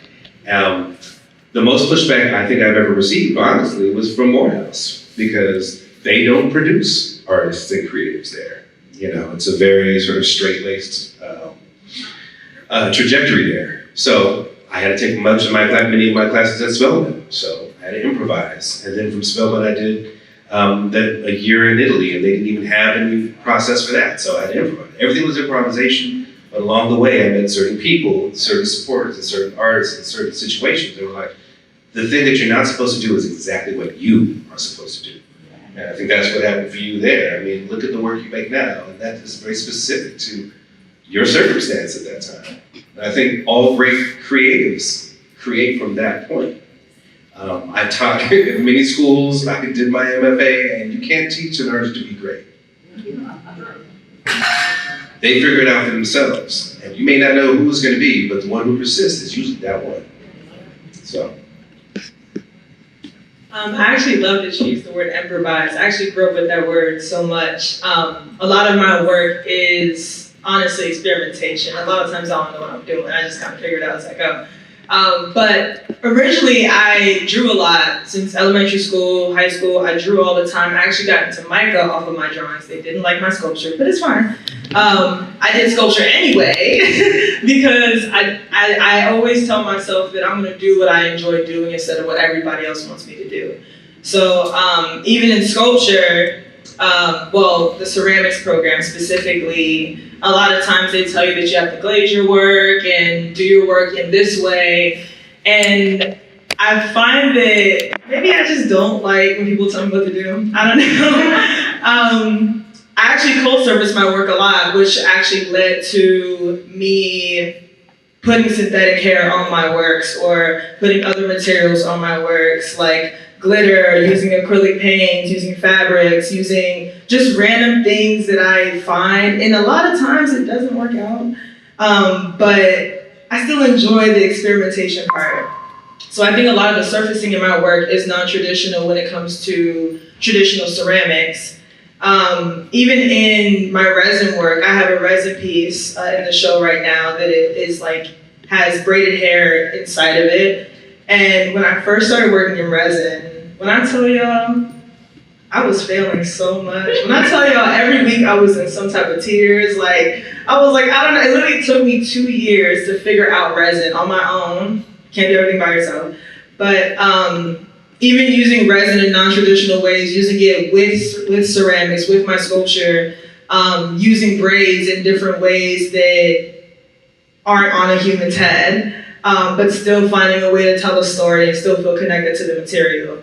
So my thing is, if I feel connected to the material, I'm gonna use it, even if it's non-traditional or not. So mentioning that I had a painting background, and I learned needle felting I think my 3rd year in undergrad, and it was the most exciting moment ever because my paintings were figurative, and for a long time I wanted to figure out how I could make these figures sculptural, but in a way that felt like it was for me, and like a process and a material that felt like mine. Not that I own wool, but I feel like I own wool, felting is mine. The first thing I made was this little tiny magenta heart, and it was like this light bulb and this aha moment of like, wow, I can take this sheep's fiber and form it, and this singular needle with no sewing, no adhesive, it's forming into things. And I was like, this is how I make sculpture. And those first projects were these 10 inch to 13 inch size dolls that I still make. And over the years, and that was like 2012 or 13, I think, when I first learned needle felting. Felting has become a vehicle that drives me to all of these other places. It's never felt like something that I needed to combat against, or like, how do I fit into this traditional felting? It's like, no, we're in this car together and we're gonna drive to performance art. What happens if you make a mask out of wool and someone wears it? What are they doing? Why are they doing it? What do you hear? What happens when you put this felted mask inside a tank of water for 3 months, which I did, and everyone was like, you're crazy. And I was like, it's a fiber. And what happens if you put your hair in a glass of water for a couple months? It's not gonna melt. It might do some interesting things in the water, but it'll still come out intact. And I think as a fiber artist and working with wool, when I see things that become moments of inspiration, I see them as a felted piece. I see these felted heads that make a thing, and I'm like, well, now what happens if it's with glass or resin or plaster or concrete? And it's like this exciting moment of never-ending curiosity that just makes me want to continue playing. And I think that play is a big part of how I'm using that traditional process to just keep going and keep figuring it out. Thank you. So before we open up the Q&A to our audience, I want to ask our artists, do you all have questions for one another? I said it right? Discussion. What happened to the head and water?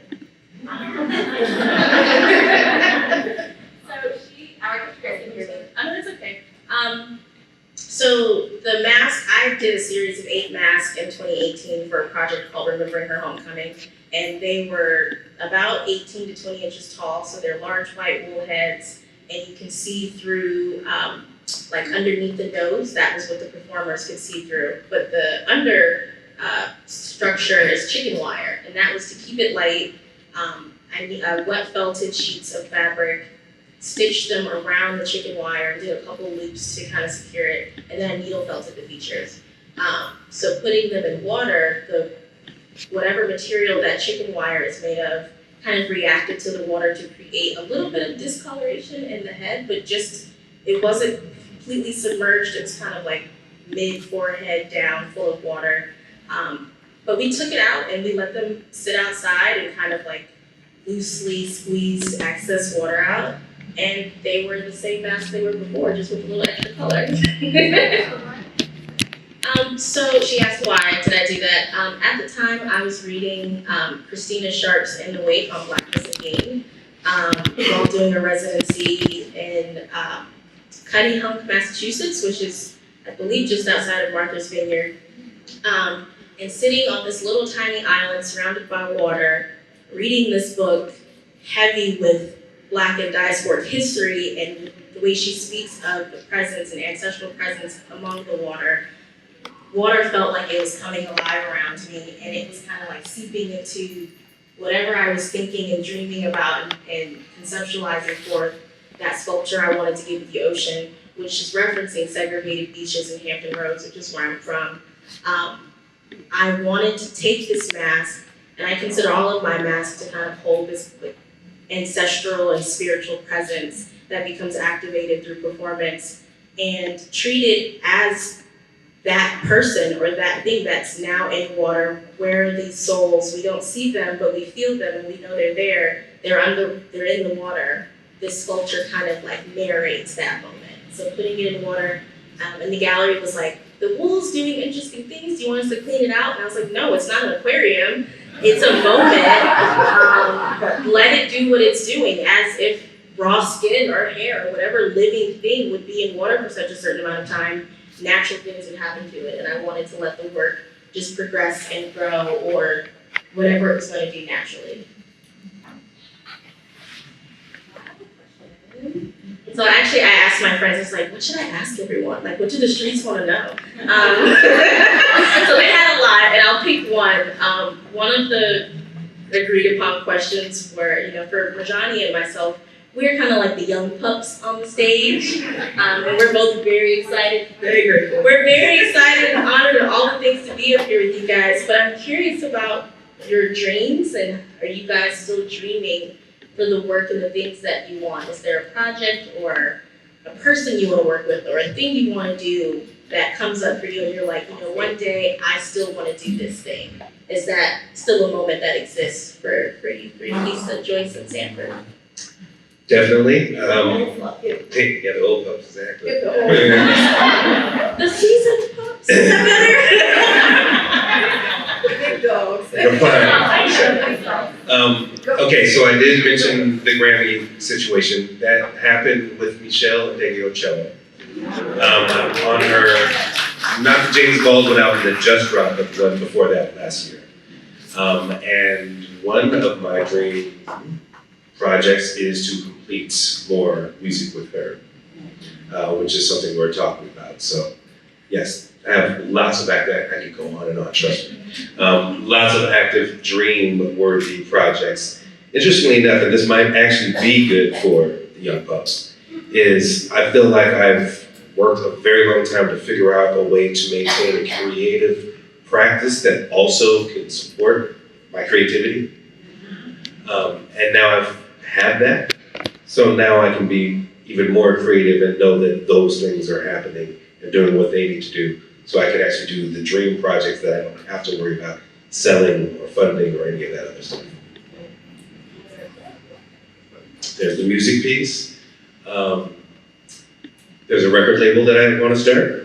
I actually wanted, well, I won't tell you all my secrets, but it's reissues of important seminal alternative Black music, cross diaspora. A lot of it is actually sound and performance, to be honest with you. Yeah, sound and performance.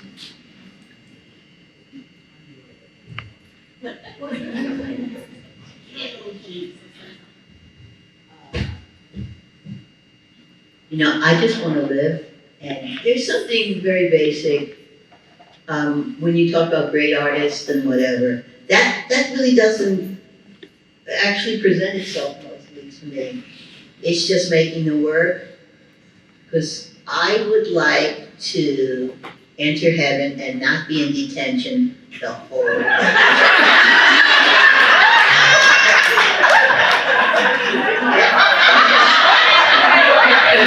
And actually, that's a comic book that I'm going to be doing with Amy about detention. And really about me in heaven and being in detention. You know, my point is, I don't even know what's going on. By that I mean I'm living a life, I don't understand breathing, I don't know how your eyes see, I don't know. The one thing that I seem to have some real close understanding and joy with is the making of art. So, because the practical stuff I don't care. So my dream is just to keep doing it and to consistently confound myself with my abilities. I want to be able to go just like, damn, all the time, or to think it and make it so. Yes. That's really what I want to do. I don't have a lot of, I make a couple of dollars, not as much as he makes. I don't or I can't afford to make a sand thing and then let a kid run through it.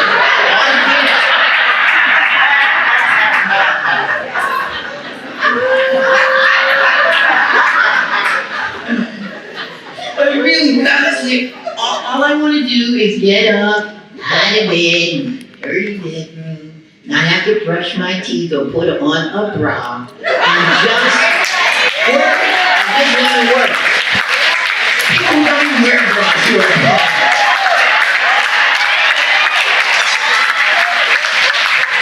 I just want to be able to work. That's all my life is.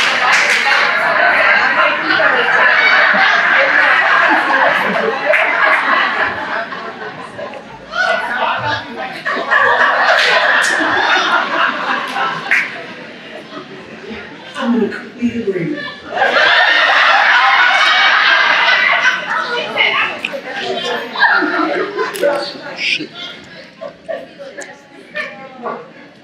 Maybe it's different. I dream a lot.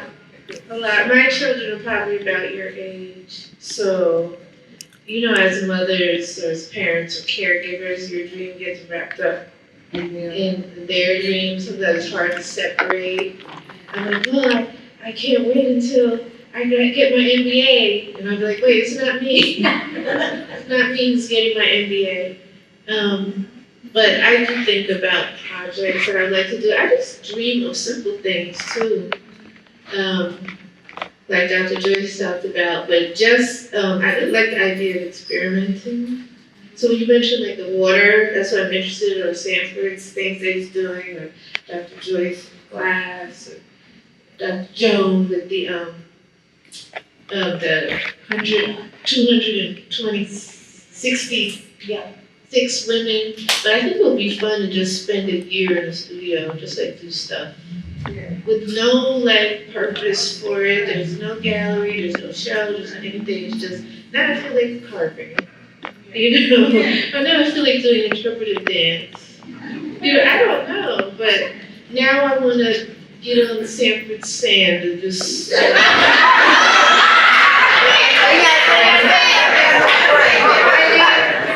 could have been an Olympic breakdancer.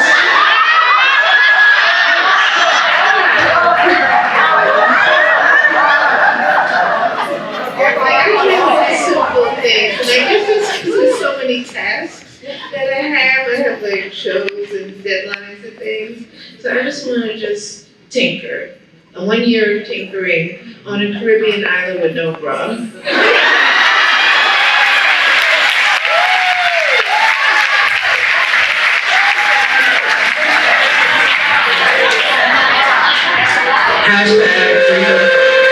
Hashtag free the girls. So we want to open up our questions for our audience. So we can just raise hands and we'll call on those. So I see someone in the back. Please stand. Hello, everyone.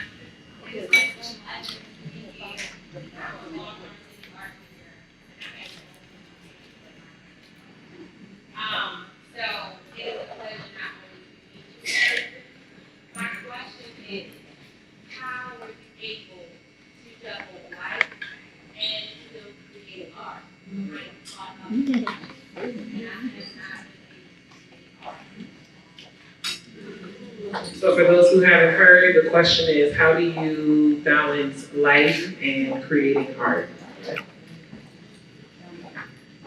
I'd like to jump in only because I just stopped teaching in 2018.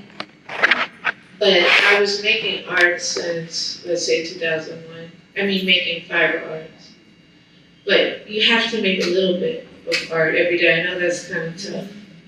It doesn't have to be a lot though. I mean, some days I would literally sit down and give sometimes like 10, 15 minutes was all I could stand because my mind just could not connect to it. And then a great thing is if you can create with your students as well, because that helps them and you. You're building this thing together. But I guess the biggest threat to it all, right, if you stop, I have so many talented friends who came with me at Howard. I know we all do. Like, I wasn't nearly as good as these high school students who are in this. The only difference between me and others or us is that we just kept at it. That's it. Talent is important, but it's not everything. I could not have been in this jury show as a high school kid. So if you quit now, I mean, just try to project, 10 years from now, you just don't have it anymore. It's just gone.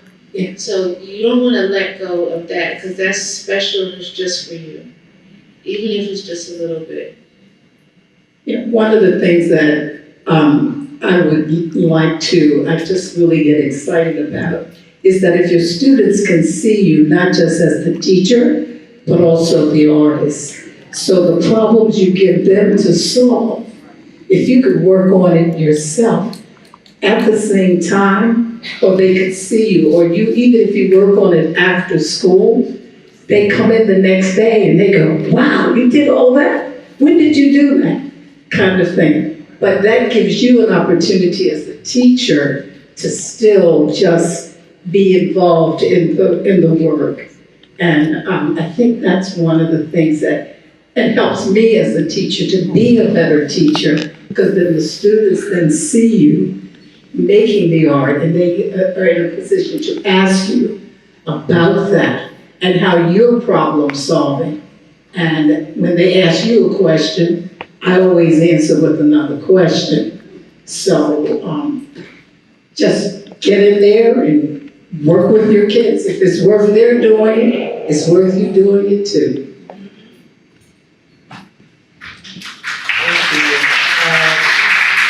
Another question? Let's see what hand raised over here. Nastasia.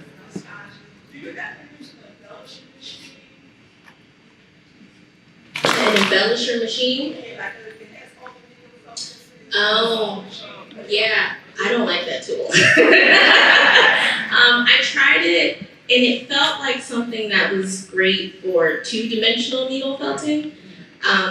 But it didn't allow for the amount of control that I want to create such a clean surface. Like, I love when people look at the work and they're like, I didn't realize that was wool until I got close enough to see the way those fibers are kind of tangled. And that's me with my semi-damaged arm. It's fine now.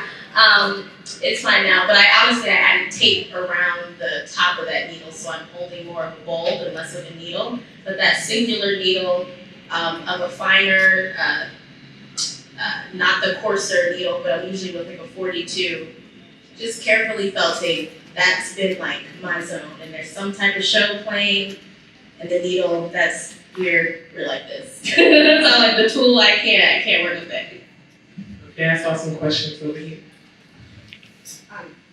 So first of all, Nastasia, I want to say, I was in your class. I took all the class. There's a couple of you in here. Is it the 20 Zoom workshop? Yeah. They can be Tell us where your piece is in Philadelphia. Remember I said I'm from Philly, but I got a permanent piece in the dome. Oh, at the Color Girls Museum. Okay. And it's actually a painting, so it'll be a rare piece that's painted. A oil painting of my sisters called Before You Lay, and they're both wearing their bonnets. That's permanently installed there. And then I just want to say about the question, the artist question that y'all were just talking about, with the Scott said they don't just block and you just in the Caribbean. As an artist, as a professional artist, do you find that this is a part of our freedom as African, as part of African American folks? That's a right of freedom that we don't have in this culture. Do you find your white counterparts, artists that have that ability to, I've watched things on PBS about the South House and about them able to create and us having to work and take care of babies and create or work and, because we, whatever, take care of mamas and stuff, we don't have the money. Is that part of freedom, getting our freedom? Do you consider that part of freedom?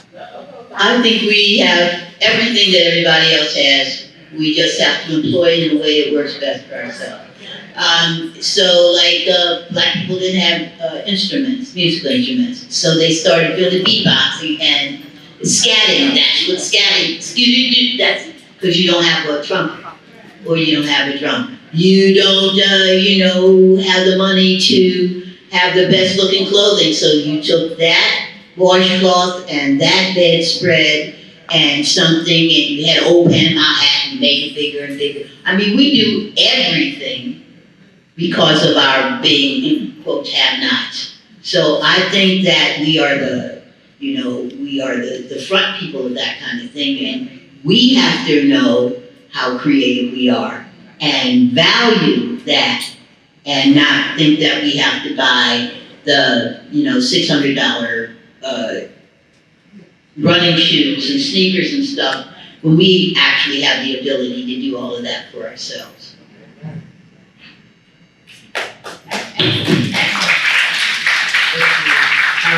So we have time for maybe 2 more questions. Question in the back. Question is the same. In your display, your pieces, your sizes of your pieces are large. How long does it take you to construct them? And how long does it take you to install them? And the pieces that you have on wood, what do you use for the base that you're applying your fabric to? What I see you use a lot of birchwood. Okay.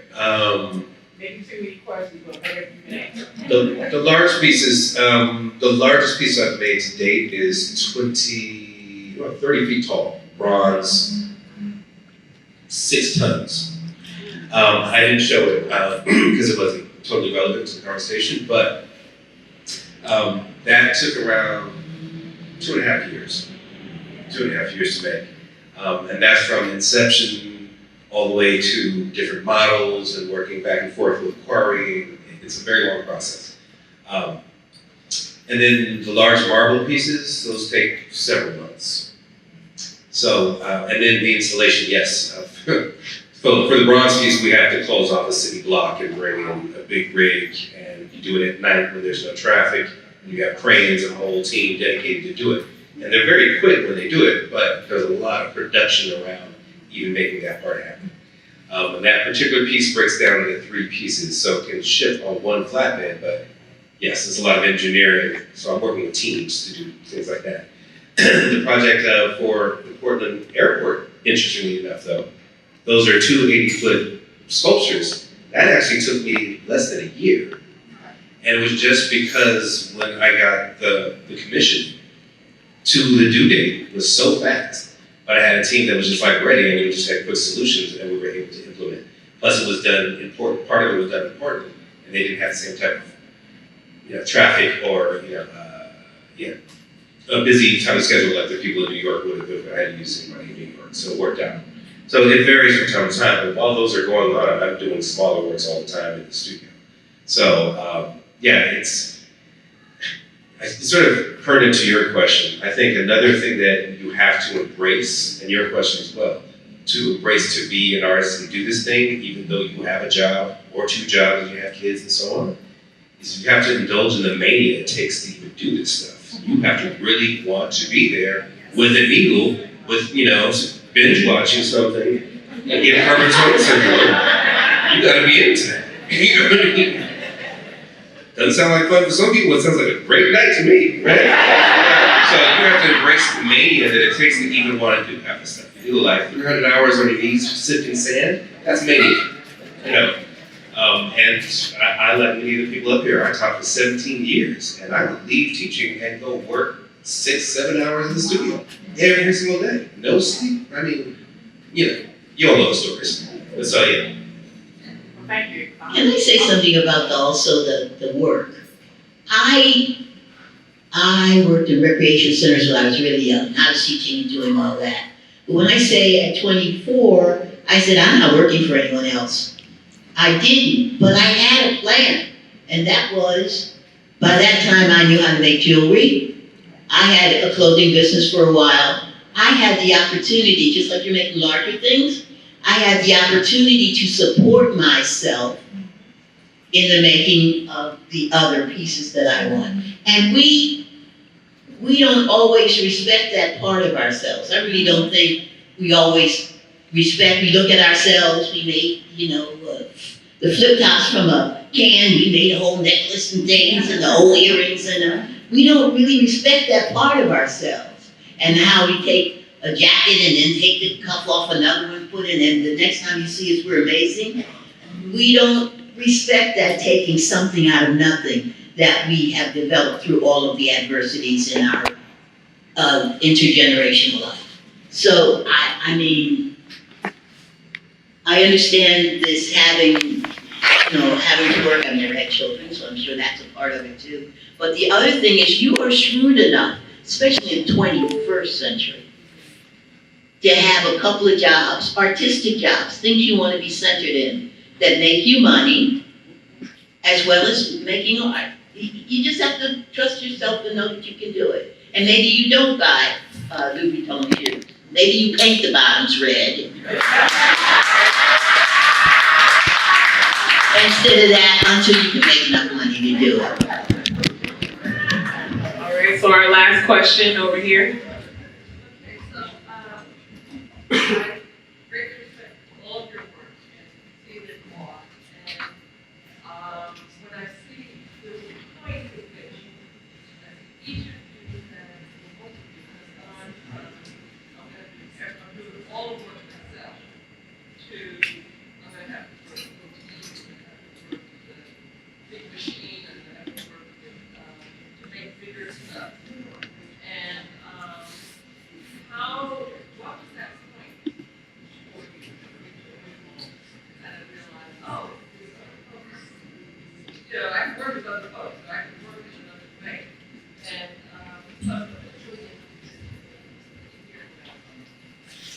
And In fact, I initially, when I started thinking about documenting stories and just sort of moving out from my own self and family and community and spreading out, I realized that the stories to be documented were far more than I could handle. So I get great pleasure from inviting communities to tell their stories. And I, with a lot of my later work, I have worked with communities to get them to people who have never quilted before. And the word that I always love to hear when you reach out to somebody else is, you've inspired me to tell my own story, to research my family. So I am here today with all this work that I've done, but I come with a posse of people. I started out with about 4 people in my community, and there are now a little over 65 of us that are documenting and telling stories in our schools, our churches, our families. So I highly recommend, like for my work, is getting people to, they come and help you or help me, but then they start their own story. So getting folks that work with you, it has been a joy for me, and it helps put more stories to emerge. Stories that I could never tell. When you asked that question, my mom is just diagonally behind you. Not to call you out, Mom, but you should raise your hand. There you go, Stephanie Swift. And I smiled and looked at her because we talked about a question like this. My mom is my first gallery, my first museum. Her portfolio was one that I looked through as a little girl and looking at her charcoal drawings and like wanting to do that And when we talked about, I was like, Mom, somehow she hasn't seen the two pieces in person, but she helped work on them. I taught my mom how to needle felt. She was my first studio assistant, and now I have 3 college students that work with me. But Mom is like, she's top tier. Like her skill, I was like, I need somebody that felts as good as you so she can retire from being my studio assistant. But it's been such a beautiful interaction to work with her in that way. Something she said to me a few years ago, and I still consider her to be an artist, even though she's not currently working as an artist. She said, you took this thing that I love and you took it much further than I could have ever imagined. So to see 2 sculptures in this museum that me and my mom played a part in creating, and she can go and tell you, I made all these faces here, and I added the sockets, and then I gave them to Nastasia, and she added the nose and the lips and figured out where she wanted it to go. That's the most special thing to me, that like me and my mom, her name might not be on the label, but like she's in the work. And she'll tell you that she's in the work if you get to speak with her. So for me, like Dr. Jones said, like inviting other people into the practice, it creates community, and it feels really good for me to know whether I'm working with my mom, I taught my sisters how to felt, or Justin and Quavius, and Bree, the 3 students that I work with, like they're a part of this community that I got to cultivate as an artist, and that feels really special.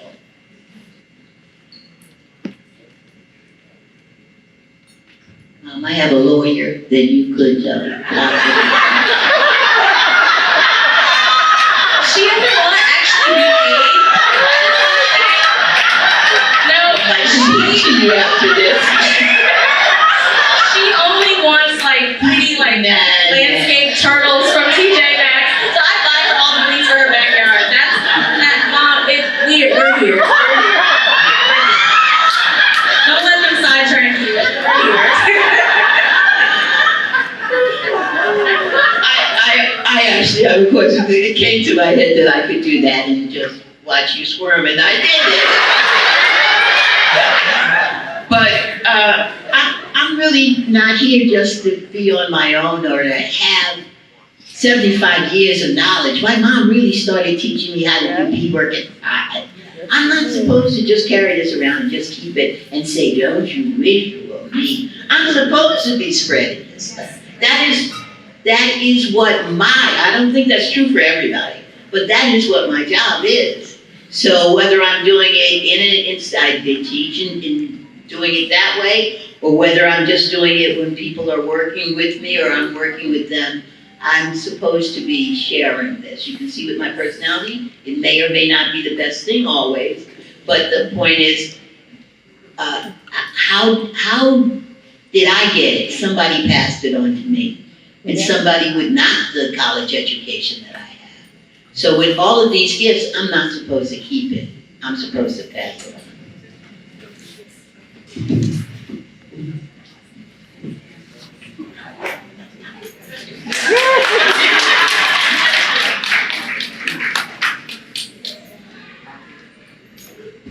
One, I want to thank this panel and each and every one of these artists for having given us the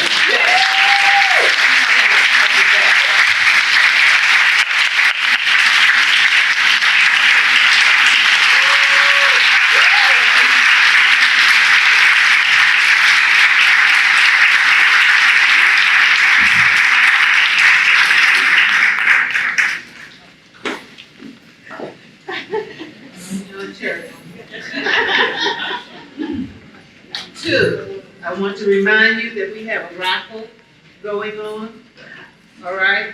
What we are going to do, and I'm still, because people are still buying raffle tickets and people have left, you understand? We're going to put this on the website at the museum.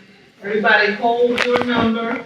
We will list the number on the website when we call for the winner in 1 month, all right?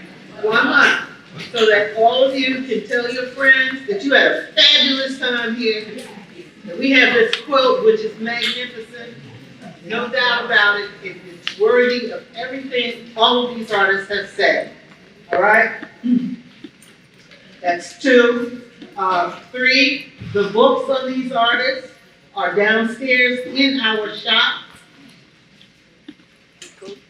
Number three are these leftover cards. And I know that there are those of you here who have been thinking and dreaming.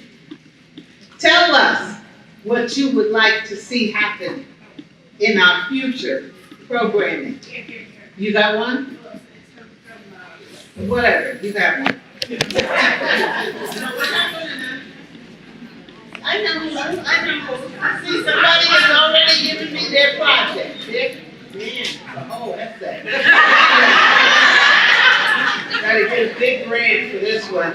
Another grant, okay? The point is, take one of these leftover cards, okay, with you. Mail it to the museum, write it out. It can be a one word, okay? We can do this annually. Somebody mentioned that we should do something like this annually. But give us some ideas, because this is a museum that is designated to serve the community. We want you to be active and involved. I am impressed that so many of you stayed. I am just awed. And so as we close this out, not only do we want to applaud our panelists, but I want to applaud all of you and thank you for your support.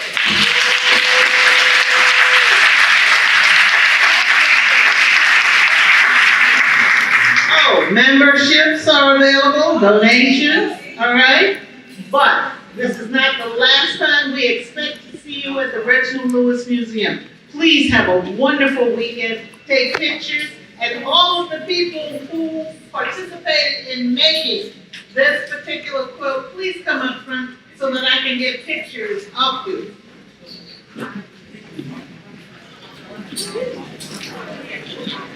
Oh, Imani is going to be in the gallery. Anyone who wants to have a tour of the exhibition and question any of the works. Pull that. Thank you.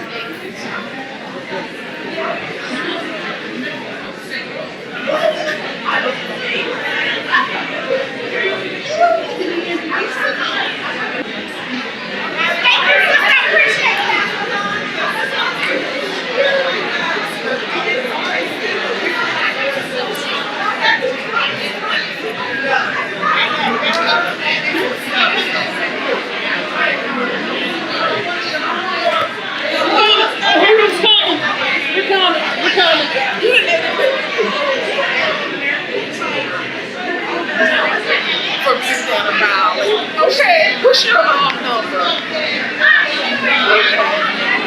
right.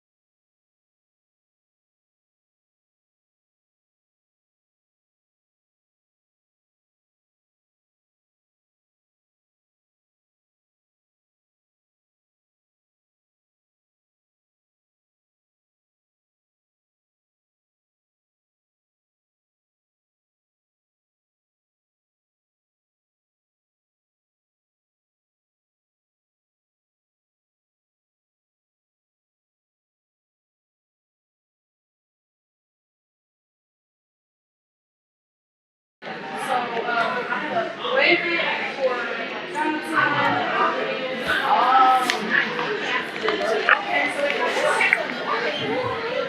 yeah, it's an outfit.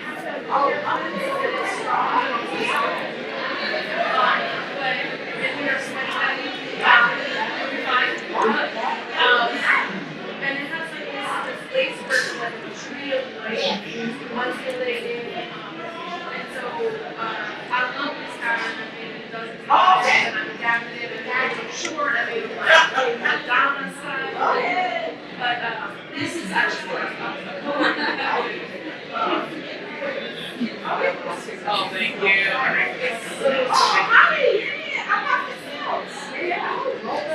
And then this is actually a local fire. Here's guys in our I'm actually gonna unravel this. I made Christmas socks for my in-laws. They're gonna have my money.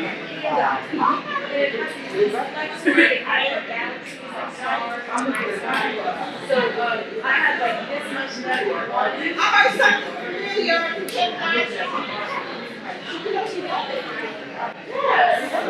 So my two small projects are it's so they're just it's very stretchy. It doesn't have a line on there. No. Yeah. So and this is actually the week for one of my colleagues. She makes her so her hold on. And so